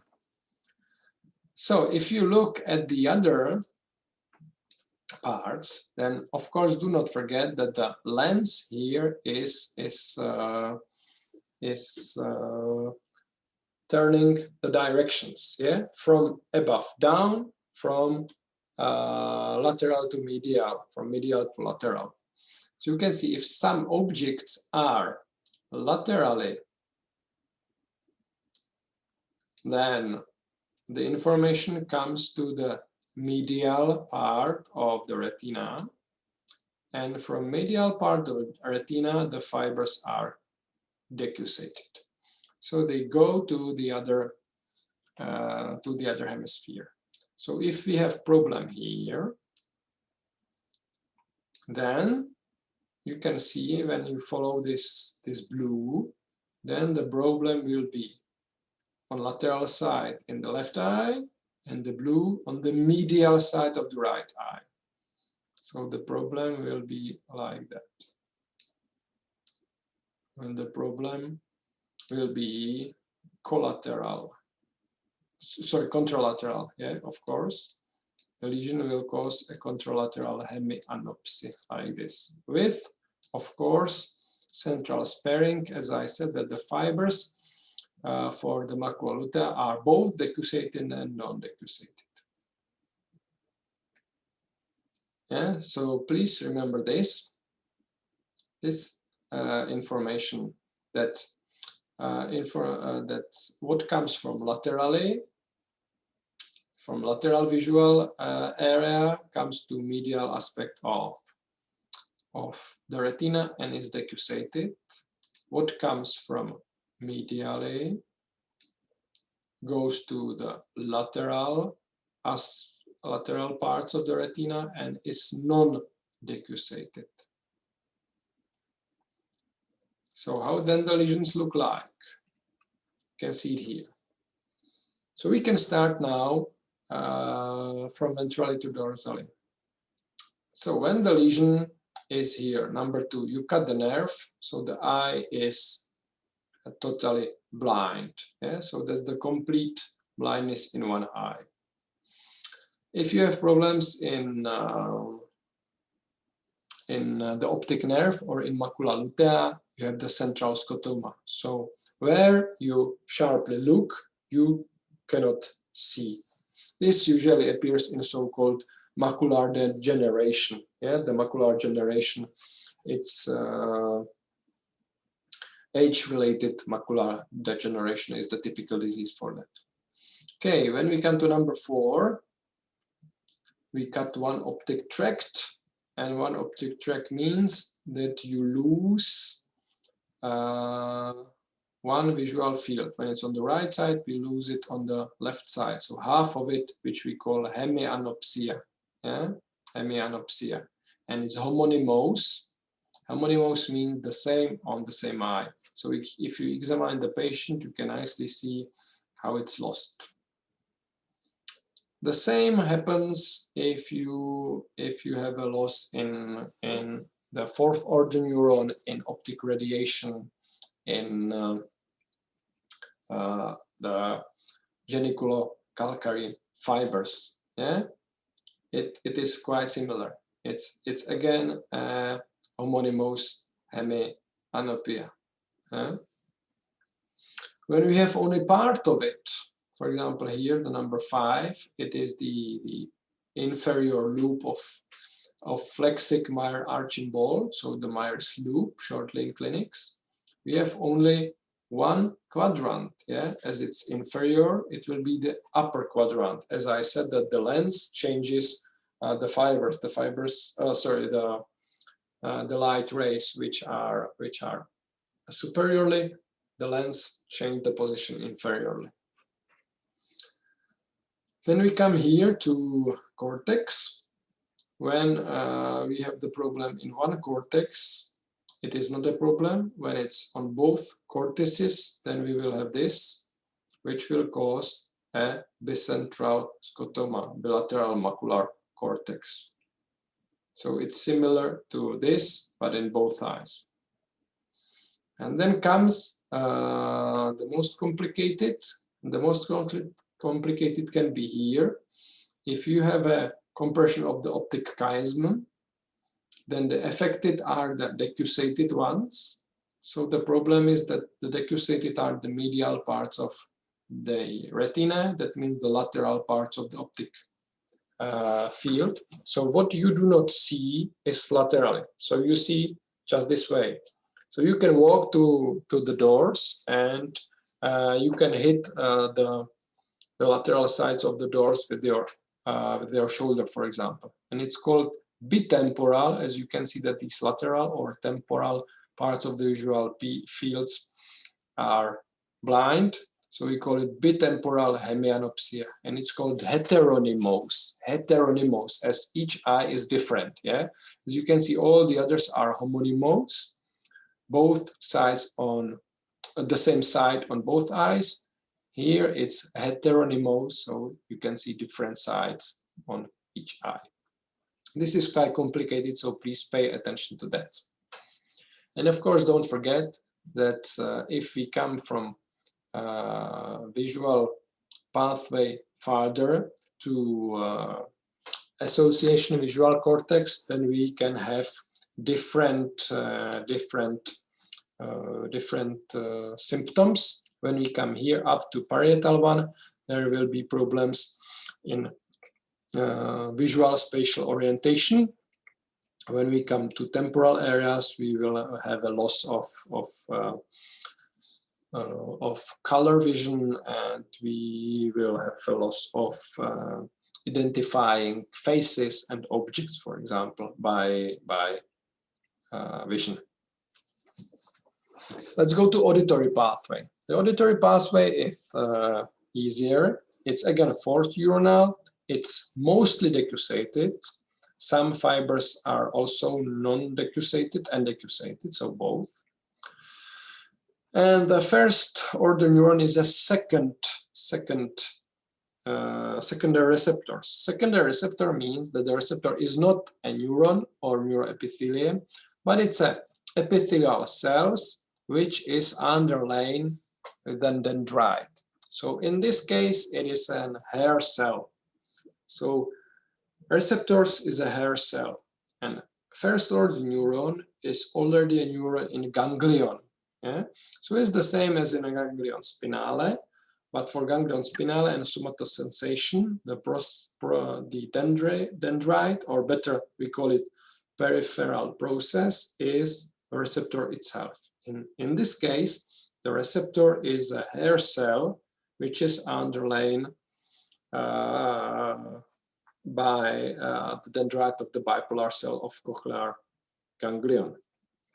So this is the first neuron. The second neuron is then in cochlear nucleus, and the cochlear nucleus is located in pons. So in between we find cochlear nerve, which is part of the vestibular cochlear nerves.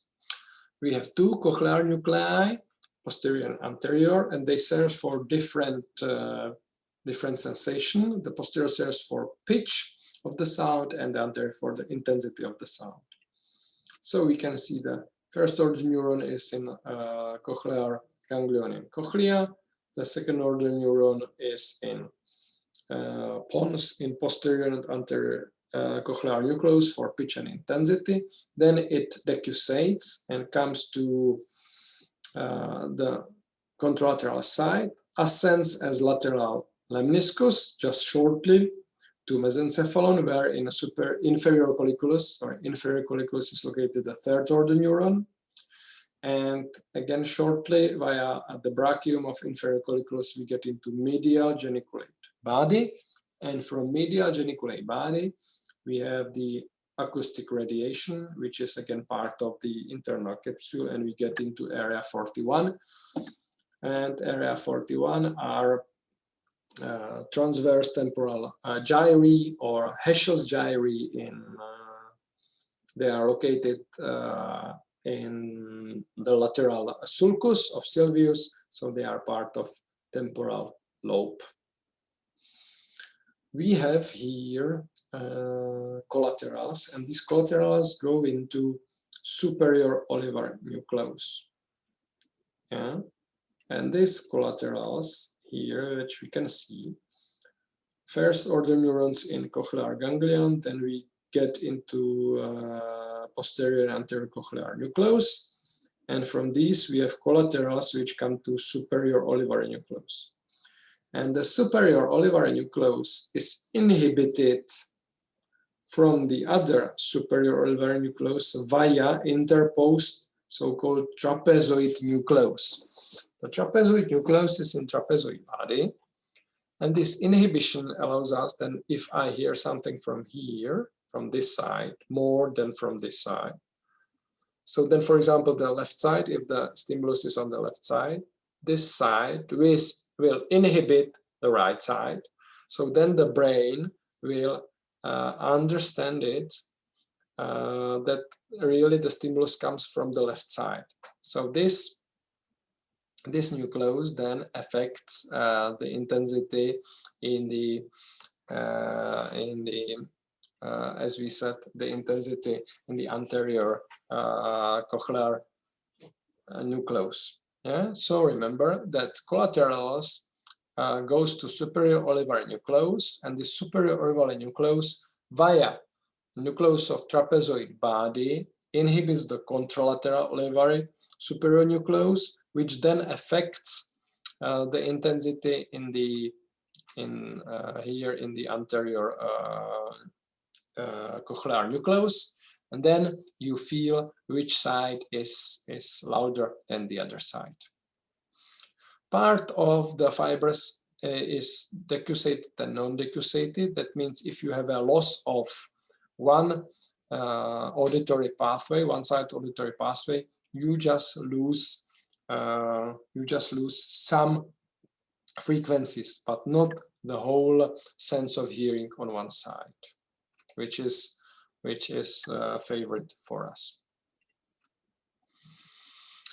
So this part, which is in brainstem, that means the second and third order neurons, are important, that you can measure evoked potentials in this area. We call it brainstem evoked potentials, so it's called BER, and this is measured in ENT diagnostics to find out where are the problems with the auditory pathway. So please remember that the auditory pathway goes through the brainstem, unlike the optic pathway. We come to vestibular pathway. Vestibular pathway is very, very complicated, but its lesions are not so frequent, and if we have problems with balance, usually not the pathway is involved, but the parts which the pathway interconnects. It's 3 neuronal and decussated. First order neuron is the same as for auditory pathway, so it's secondary receptor. So it's again a hair cell of the internal ear. So the hair cell is in a saccule and utricule of the vestibulum, or in ampulla, an ampullary crest in semicircular ducts in the anterior, posterior, and lateral. And all these hair cells are underlain with the dendrite of bipolar cells located in vestibular ganglion, and this vestibular ganglion we can find in the internal acoustic meatus. So first order neuron is in vestibular nucleus in internal acoustic meatus. Then its axons run into pons to 4 vestibular nuclei. And these 4 vestibular nuclei, which are easily called superior, inferior, medial, and lateral, they synapse it, and then it continues to different structures. We will talk about these different structures. But the main pathway, of course, continues to brain, cortex, via thalamus. So we have ventral thalamic nuclei, which synapse it, and there are the third order neurons, and then it continues into cortex. And in cortex, we have 3 cortical areas. One is in postcentral gyrus, area 2, so together with the somatosensation. One is in area 41, so together with the auditory area, and one is in insula. So where does the vestibular pathway then splits? So it splits in cerebral cortex. It goes in cerebellum, as we know that the vestibulocerebellum is the oldest part of cerebellum. It goes into reticular formation, as we have these vestibulospinal tracts. So via these it goes into spinal cord. Of course, to cerebral cortex it goes via thalamus. And for the head, eyes reflexes and other vestibular reflexes, it goes to nuclei of oculomotor nerves via paramedian, pontine, reticular formation, and medial longitudinal fascicle. So you can see it really splits. And you can see here in this diagram that different vestibular nuclei gives the information to different parts. And it is not necessary to know which nuclei supplies which parts of the brain. So now we look at these individual splits.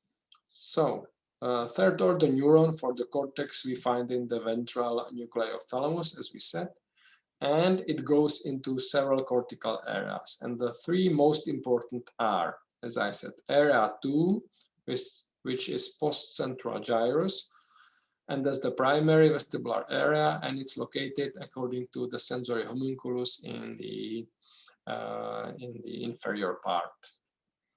It goes also to the area 41, which is the primary auditory area in transverse temporal gyrus of Heschel in the lateral sulcus of the temporal lobe.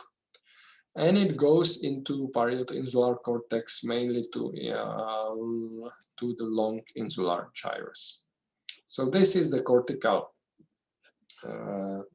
projection, but we do not have usually do not have specific lesions of the cortex which affect balance.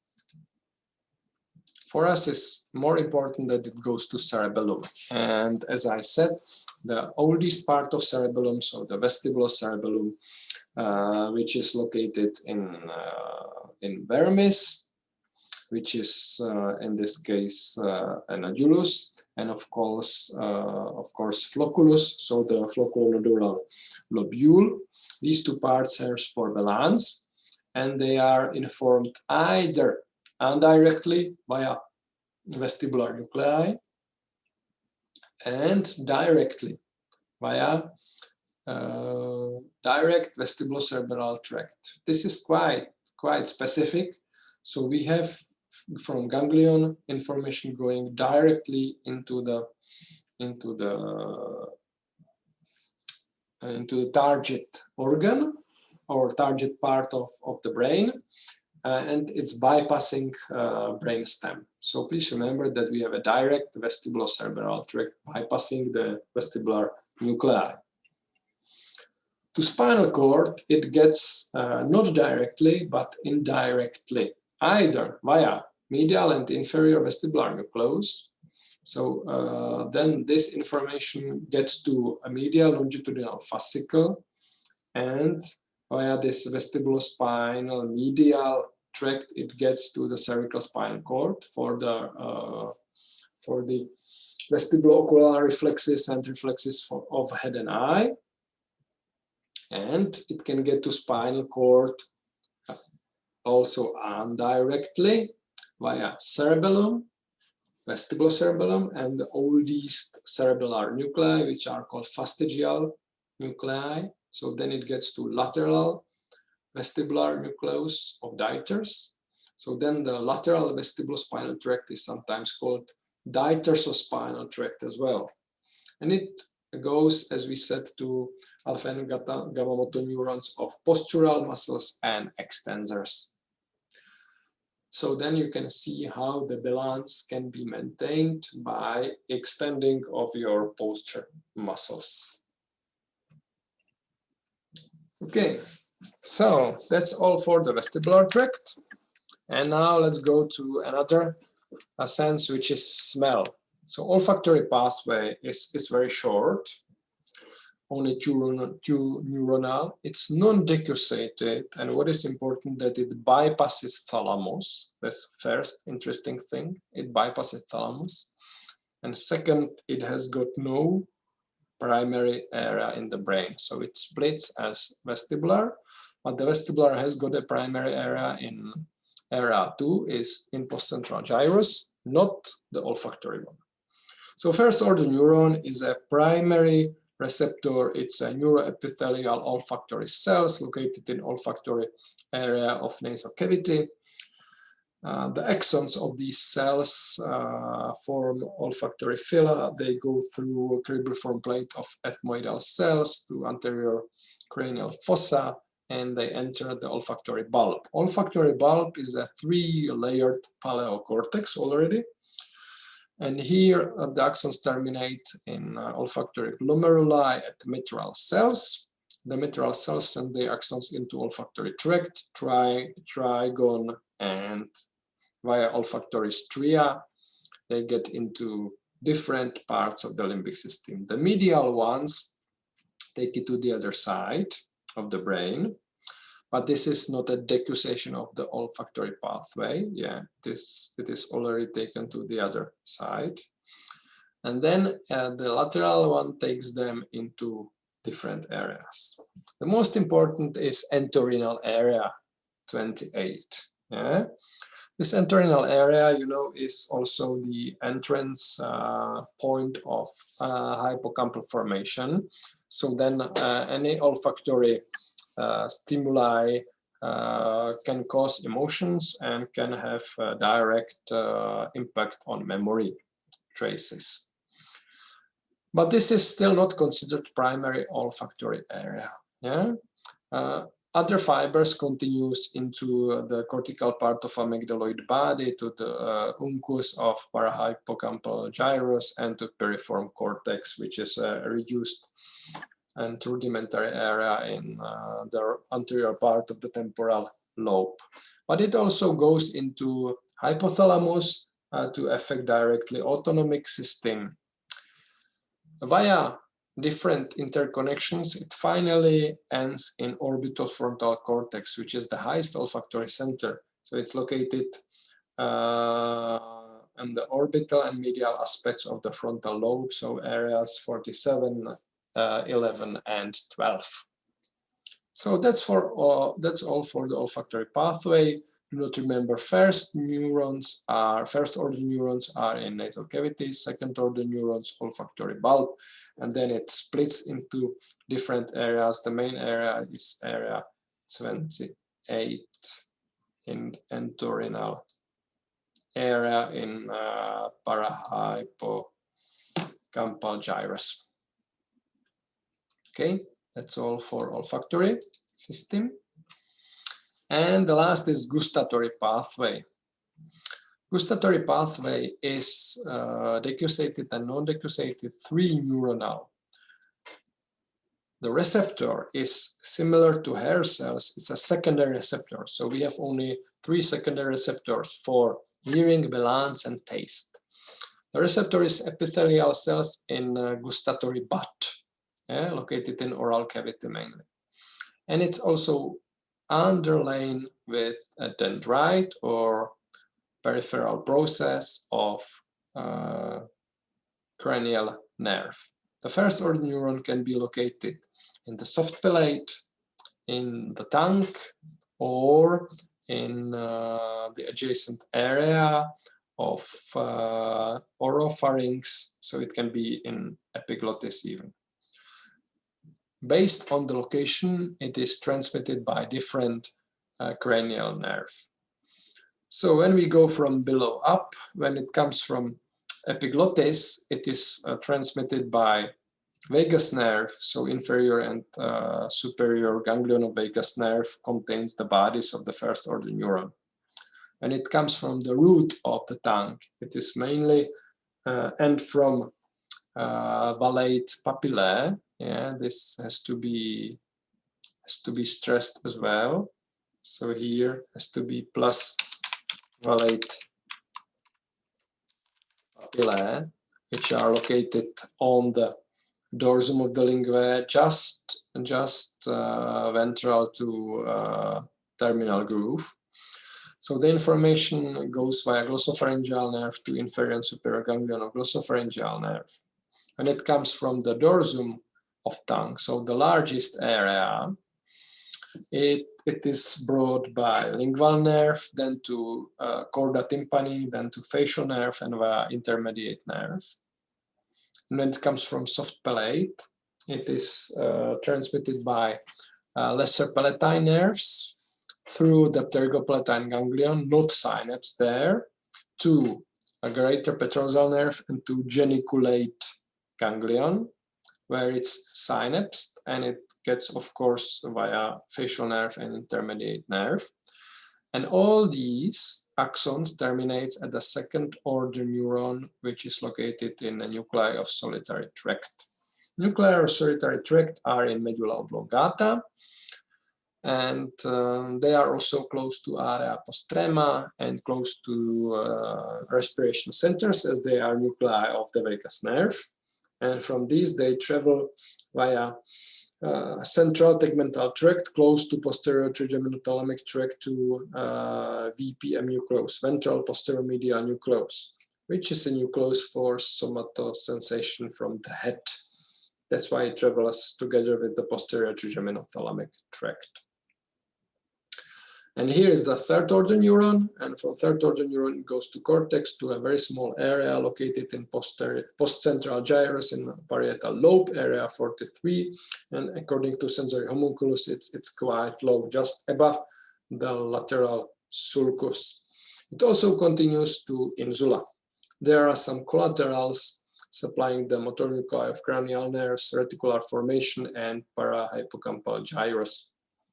The more important collaterals goes to hypothalamus, amygdala, and cerebral cortex, bypassing thalamus. These collaterals go via parabrachial nuclei, and the function was found out that this gives the information about taste aversion. So what is not tasty, mainly bitter, can be a poison. And it also gives information about antigenic properties of the nutrition, so it gives information about the immunity for the limbic system and autonomic system. Yeah, this was mainly found out in animals, but this tract is also present in humans. So this is a tract of taste aversion and antigenic properties of nutrition.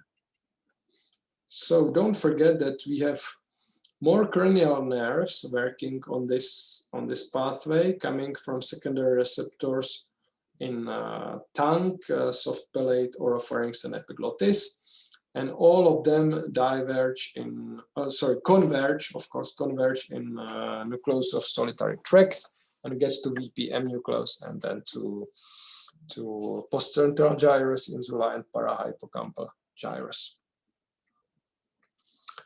To conclude the tracts, we should summarize the cerebellar tracts. Yeah? Cerebellum is a very large part of the brain, and it serves as a comparator. So it gets 40 times more information than it sends. All the ascending somatosensory tracts sends collaterals to cerebellum, and they send them via different tracts. So let's look at these 5 tracts. We start with the posterior spinocerebellar tract. The posterior spinocerebellar tract takes information about passive proprioception from the trunk and lower limbs. The same information from thorax and upper limbs come via spinocuneocerebellar tract. How these tracts run? The posterior cerebellar tract starts from posterior thoracic nucleus of Stirling-Clark. So there's located the second order neuron, and then it goes to medulla oblongata, and via inferior cerebellar peduncle it goes into vermis and paravermal cortex. So that's from the inferior part of the body. From the superior part of the body, it goes different way. So first order neuron is of course spinal ganglion, but the second order neuron is located in accessory cuneate nucleus. This accessory cuneate nucleus is located in medulla oblongata, just lateral to cuneate nucleus, so it ascends via cuneate fascicle, so it ascends together with the spinobulbothalamo-cortical tract, so it's like a collateral of this tract. And then it gets into the cerebellum the same way, so via inferior cerebellar peduncle. So this is for passive proprioception.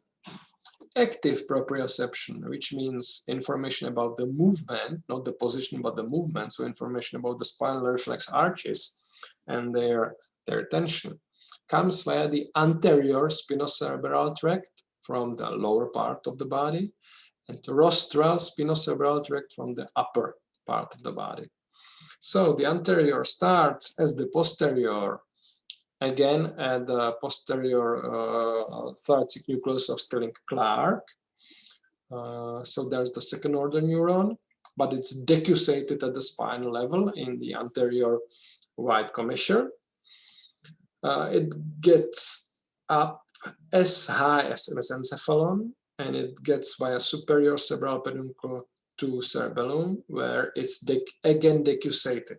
So, and it terminates in vermis and paravermal cortex as the posterior one, but it's twice decussated, so it stays still ipsilateral. Yeah, the posterior was non-decussated, the anterior was decussated and decussated, so it get again back to the same side. For the upper part of the body, we have quite thin or rudimentary rostral spinocerebral tract coming again from the same nucleus, so from Stirling-Clark nucleus, posterior thoracic nucleus, which is very, very thin in the upper areas, and it gets to the ipsilateral cortex. And the fifth one gives information from the proper nucleus of posterior horn to inferior olivary complex. So it's decussated at the spinal level, and then it terminates into the olive, into inferior olivary complex. And from here, it gets via the inferior cerebral peduncle to the cerebral cortex. And this is very important as inferior olivary nucleus highlights what is different. So if you climb the steps, you learn how the steps are high, and each step is the same. So you can use reticular formation and the gate center for that. But if one step is higher, you can fall down. So you learn that you have to change the height of the limb. You have to move the muscles in different way. And the inferior olivary complex highlight this changing afferent information coming to cerebellum. Okay, so these were ascending somatosensory pathways. Cerebellum, of course, to perform a movement and to coordinate the movement, has to receive information coming from cortex, and it comes via three ways. One is via olive. As we said, the olive gets the information about changing of the environment. Of course, if you would like to perform the movement, you have to compare the information coming from the environment with what you would like to do. So that's why they converge in olive. The largest information, of course, comes from cortex via pons. This is the frontopontine and parieto-temporo-occipitopontine part, the largest part of pyramidal tract, as I said, the 17 million fibers. And of course, reticular formation serves for the involuntary movements and for the muscle tone. So the cortex has to inform the reticular formation about the movements as well. So now we'll look at these three tracts. So the corticopontocerebellar, as I said, is the frontopontine and parieto-temporo-occipitopontine fibers. They go via different parts of the internal capsule, so the anterior and posterior limb. They get to pons, and they are synapsed at the pontine and arcuate nuclei. They get via the transverse pontine fibers to decussation, and the middle cerebral peduncle is the main entrance into the cerebellum. That's why the pons is so enlarged, as we have here these fibers and the nuclei, and the middle cerebral peduncle is the largest peduncle. And so it gets into cortex contralaterally. Yeah? It's unlike the spinal cord, where all the information ended ipsilaterally. Here it ends contralaterally. The cortic olivocerebellar descends the same way, so through the internal capsule to inferior olivary complex. Here is decussated, so it gets contralaterally, but via inferior cerebral peduncle. And cortico-reticulocerebellar, of course, they have to descend through internal capsule. There's no other way. it gets to reticular formation bilaterally, is decussated, and it gets into cortex via the inferior and middle cerebral peduncle. So this all serves for coordination of movements, for movement splitting, and of course for setting of the proper muscle tone before you can perform the movement.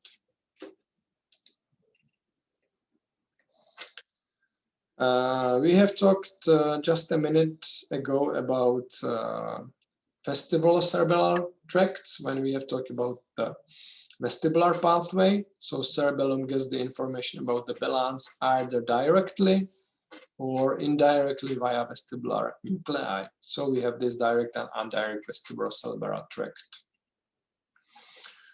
And now the cerebellum compared all the information and sends the final decision away. And it uses three kind of nuclei, as we have three different parts of cerebellum. The vestibulocerebellum for balance, fastigial nuclei. The spinocerebellum for gait and posture, interposite nuclei. And the largest is neocerebellum hemispheres for coordination of movements, so the dentate nucleus. So from fastigial nuclei, it goes for balance to a lateral vestibular nucleus and via lateral vestibular spinal tract to extensors and postural muscles, so maintaining balance. But for maintaining balance, you of course need to maintain the muscle tone, so it gets also to reticular formation bilaterally and via reticulospinal tract to gamma loop to maintain the muscle tone. Spinocerebellum, so the globus and emboliform nuclei, together they form the interposite nuclei. They decussate and continues into red nucleus, into magnocellular part. And from this, there's a decussation of the rubrospinal tract. So it gets to spinal cord, to the ipsilateral side. As you can see, there are two decussations. Yeah. And the one decussation from the cerebellum to red nucleus, and one decussation from red nucleus to spinal cord. And this serves for activation of flexors mainly. Flexors of the girdle muscles, of the proximal muscles of the limb. And the neocerebellum for coordination movements from the dentate nucleus via the superior cerebral peduncle is decussated, and this is the decussation of superior cerebral peduncles, which we can find nicely visible in mesencephalon at the level of the inferior colliculi, and it gets to thalamus, to motor nuclei of thalamus, which is anterior ventral and lateral ventral nucleus, and of course to cortex. Area 4, which is the primary motor area, and pyramidal tract, which is decussated. So we get again to ipsilateral part of spinal cord. So you can see that cerebellum and spinal cord are ipsilaterally. Yeah? They are connected on the same side.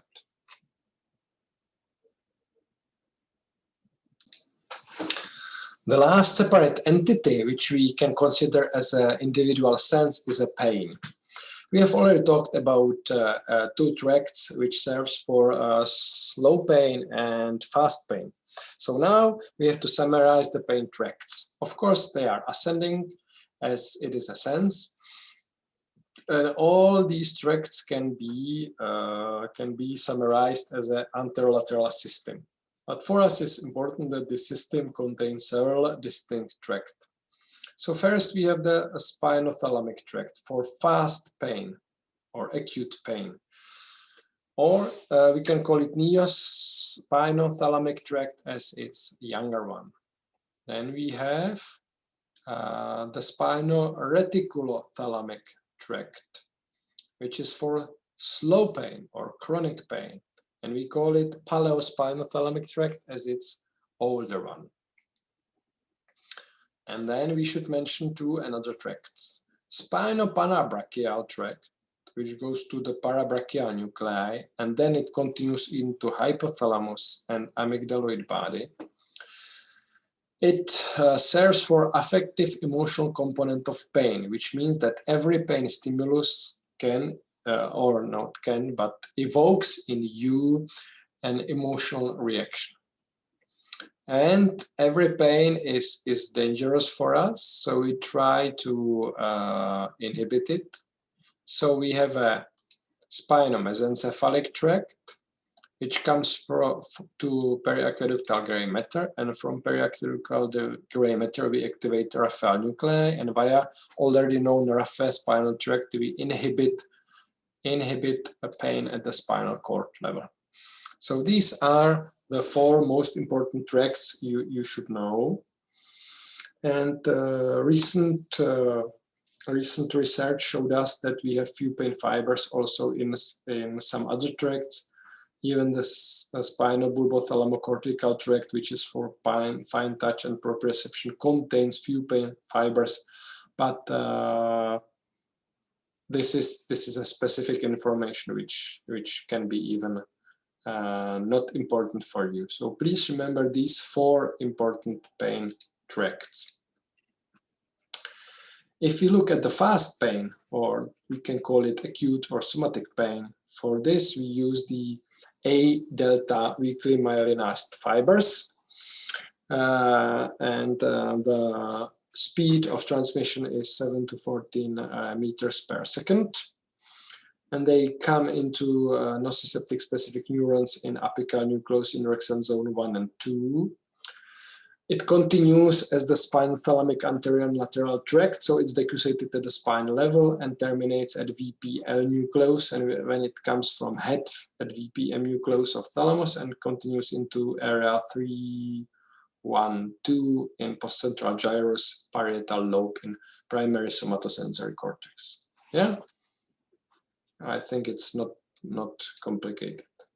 The slow pain or chronic pain or visceral pain is transmitted by non-myelinized fibers, fiber C, which are quite slow, only 0.5 to 3 meters per second. It's not mediated by nociceptive specific, but by multi-receptive neurons in proper nucleus of posterior horn in Rexon zones 3 to 5. And it goes by decussated and non-decussated spinoreticular tract to reticular formation, and from reticular formation it continues via reticulothalamic tract, which is part of the ascending reticular activation system, to interlaminar nuclei of thalamus, where we have 3 important subnuclei here mentioned, and in physiology you may encounter these terms: parafascicular nucleus and nucleus of median center and lateral central nucleus. And it terminates in totally different parts of brain. It terminates in premotor areas and mainly in prefrontal cortex. Yeah, so you anticipate here the pain. So it terminates in area 6 and 9, and also in insula and cingulate gyrus. So then the termination, we don't have any specific primary area, but it terminates in the association areas. The affective emotional component of pain, so it's the spinoparabrachial tract. Then it continues from the parabrachial nuclei of pons, it continues into a limbic system via the posterior longitudinal fascicle, and it continues into hypothalamus, which mediates the autonomic reaction to the pain, and to amygdala, which mediates the rage and fear reaction for the pain. And of course, then to cause the inhibition of the pain, we have the spinomesencephalic tract, which terminates in periaqueductal gray matter. Yeah? And we can see here from this that also from amygdaloid body and from hypothalamus, as you can see here, that the ascending information goes, and you can see the parabrachial tract here, and then it goes to hypothalamus and amygdaloid body. So then here on the figure B, you can see that from hypothalamus and amygdaloid body, the information goes back to periaqueductal gray matter, and then to RVM, which is rostral ventral medulla. And in this part, we find the Raphael nuclei, and then it descends to spinal cord. So the periaqueductal gray matter receives information not only via already mentioned here the spinomesencephalic tract directly, but also via spinoparabrachial and spinoparabranchio-hypothalamic amygdalar tract, and back from hypothalamus and amygdala back to periaqueductal gray matter. So it's more complex afferentation here. In periaqueductal gray matter, the enkephalines then activate Raphael nuclei in rostral ventral medulla oblongata, and it sends serotonin, which activates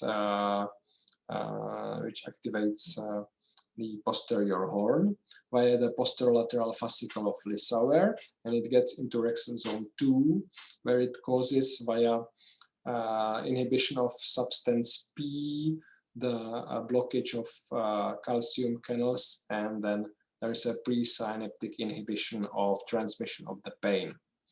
It also works for the head in caudal subnucleus of spinal nerve of trigeminal nerve for the head.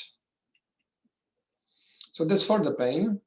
And to conclude the pathways, we should just mention the basic circuits. I do not go in details in these circuits, as you already know them from the previous lectures, just to conclude the most important information. So, how the cortex and cerebellum are involved.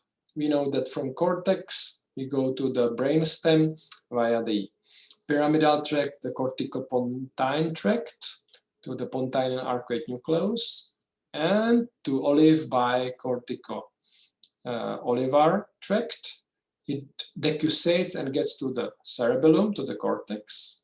Then it gets to dentate nucleus, in decussates in superior cerebellar peduncle, and gets into thalamus, to motor nucleus thalamus, and back to cortex. So it is important that cerebral cortex and cerebellum are contralateral. So the left hemisphere of cortex cooperates with the right hemisphere of cerebellum. But for cerebellum and spinal cord, the left hemisphere of cerebellum cooperates with the left part of spinal cord and left part of the human body. So this has to be reminded of often. Don't forget about base cerebellar conduit circuit, that the dentate nucleus sent also collaterals to parvocellular part of red nucleus, and this sends information to olive, and from olive it gets back to dentate nucleus. And this is a cerebellar conduit circuit, so the cerebellum still controls how the information comes from basal ganglia to red nucleus, and from cortex to olive, and from spinal cord to olive and back. So this still controls that the coordination of the movements is compared to what is coming new from basal ganglia, cortex, and spinal cord. So now don't forget about the basic functional circuit of basal ganglia, so that it comes from brain cortex to basal ganglia, that we have inputs, intrinsic and output basal ganglia, then it comes to motor nuclei of thalamus and back to cortex. Don't forget that we have the direct and indirect circuit in basal ganglia, that the direct goes from striatum to medial globus pallidus, and the indirect goes via lateral globus pallidus to subthalamic nucleus, and then to medial to medial globus pallidus. And of course, you need to get the information not only back to cortex, but also, it's important here, via the reticular part of substantia nigra to tectum and reticular formation. That means to subcortical structures of the brain stem and to involuntary extrapyramidal system of motorics. Okay. Don't forget that the basal ganglia, the direct circuit is composed of 4 different loops based on their function. So we have sensor motor loop, we have oculomotor loop, association loop, and limbic loop.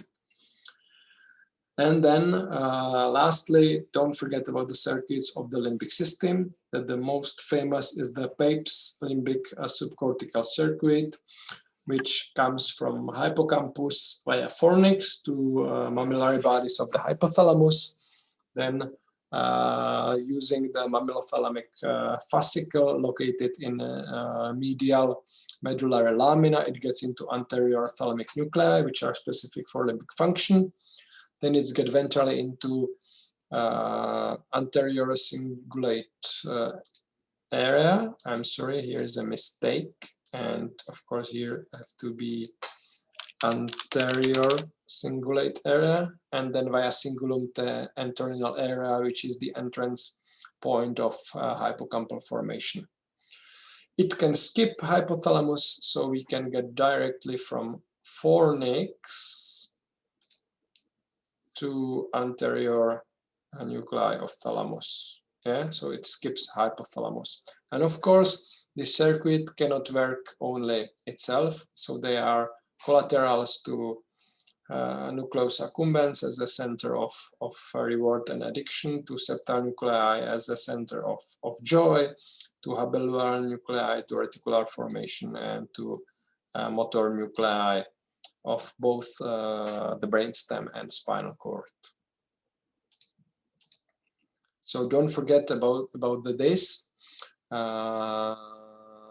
Pepys circuit, and of course don't forget about chemical nuclei and chemical pathway.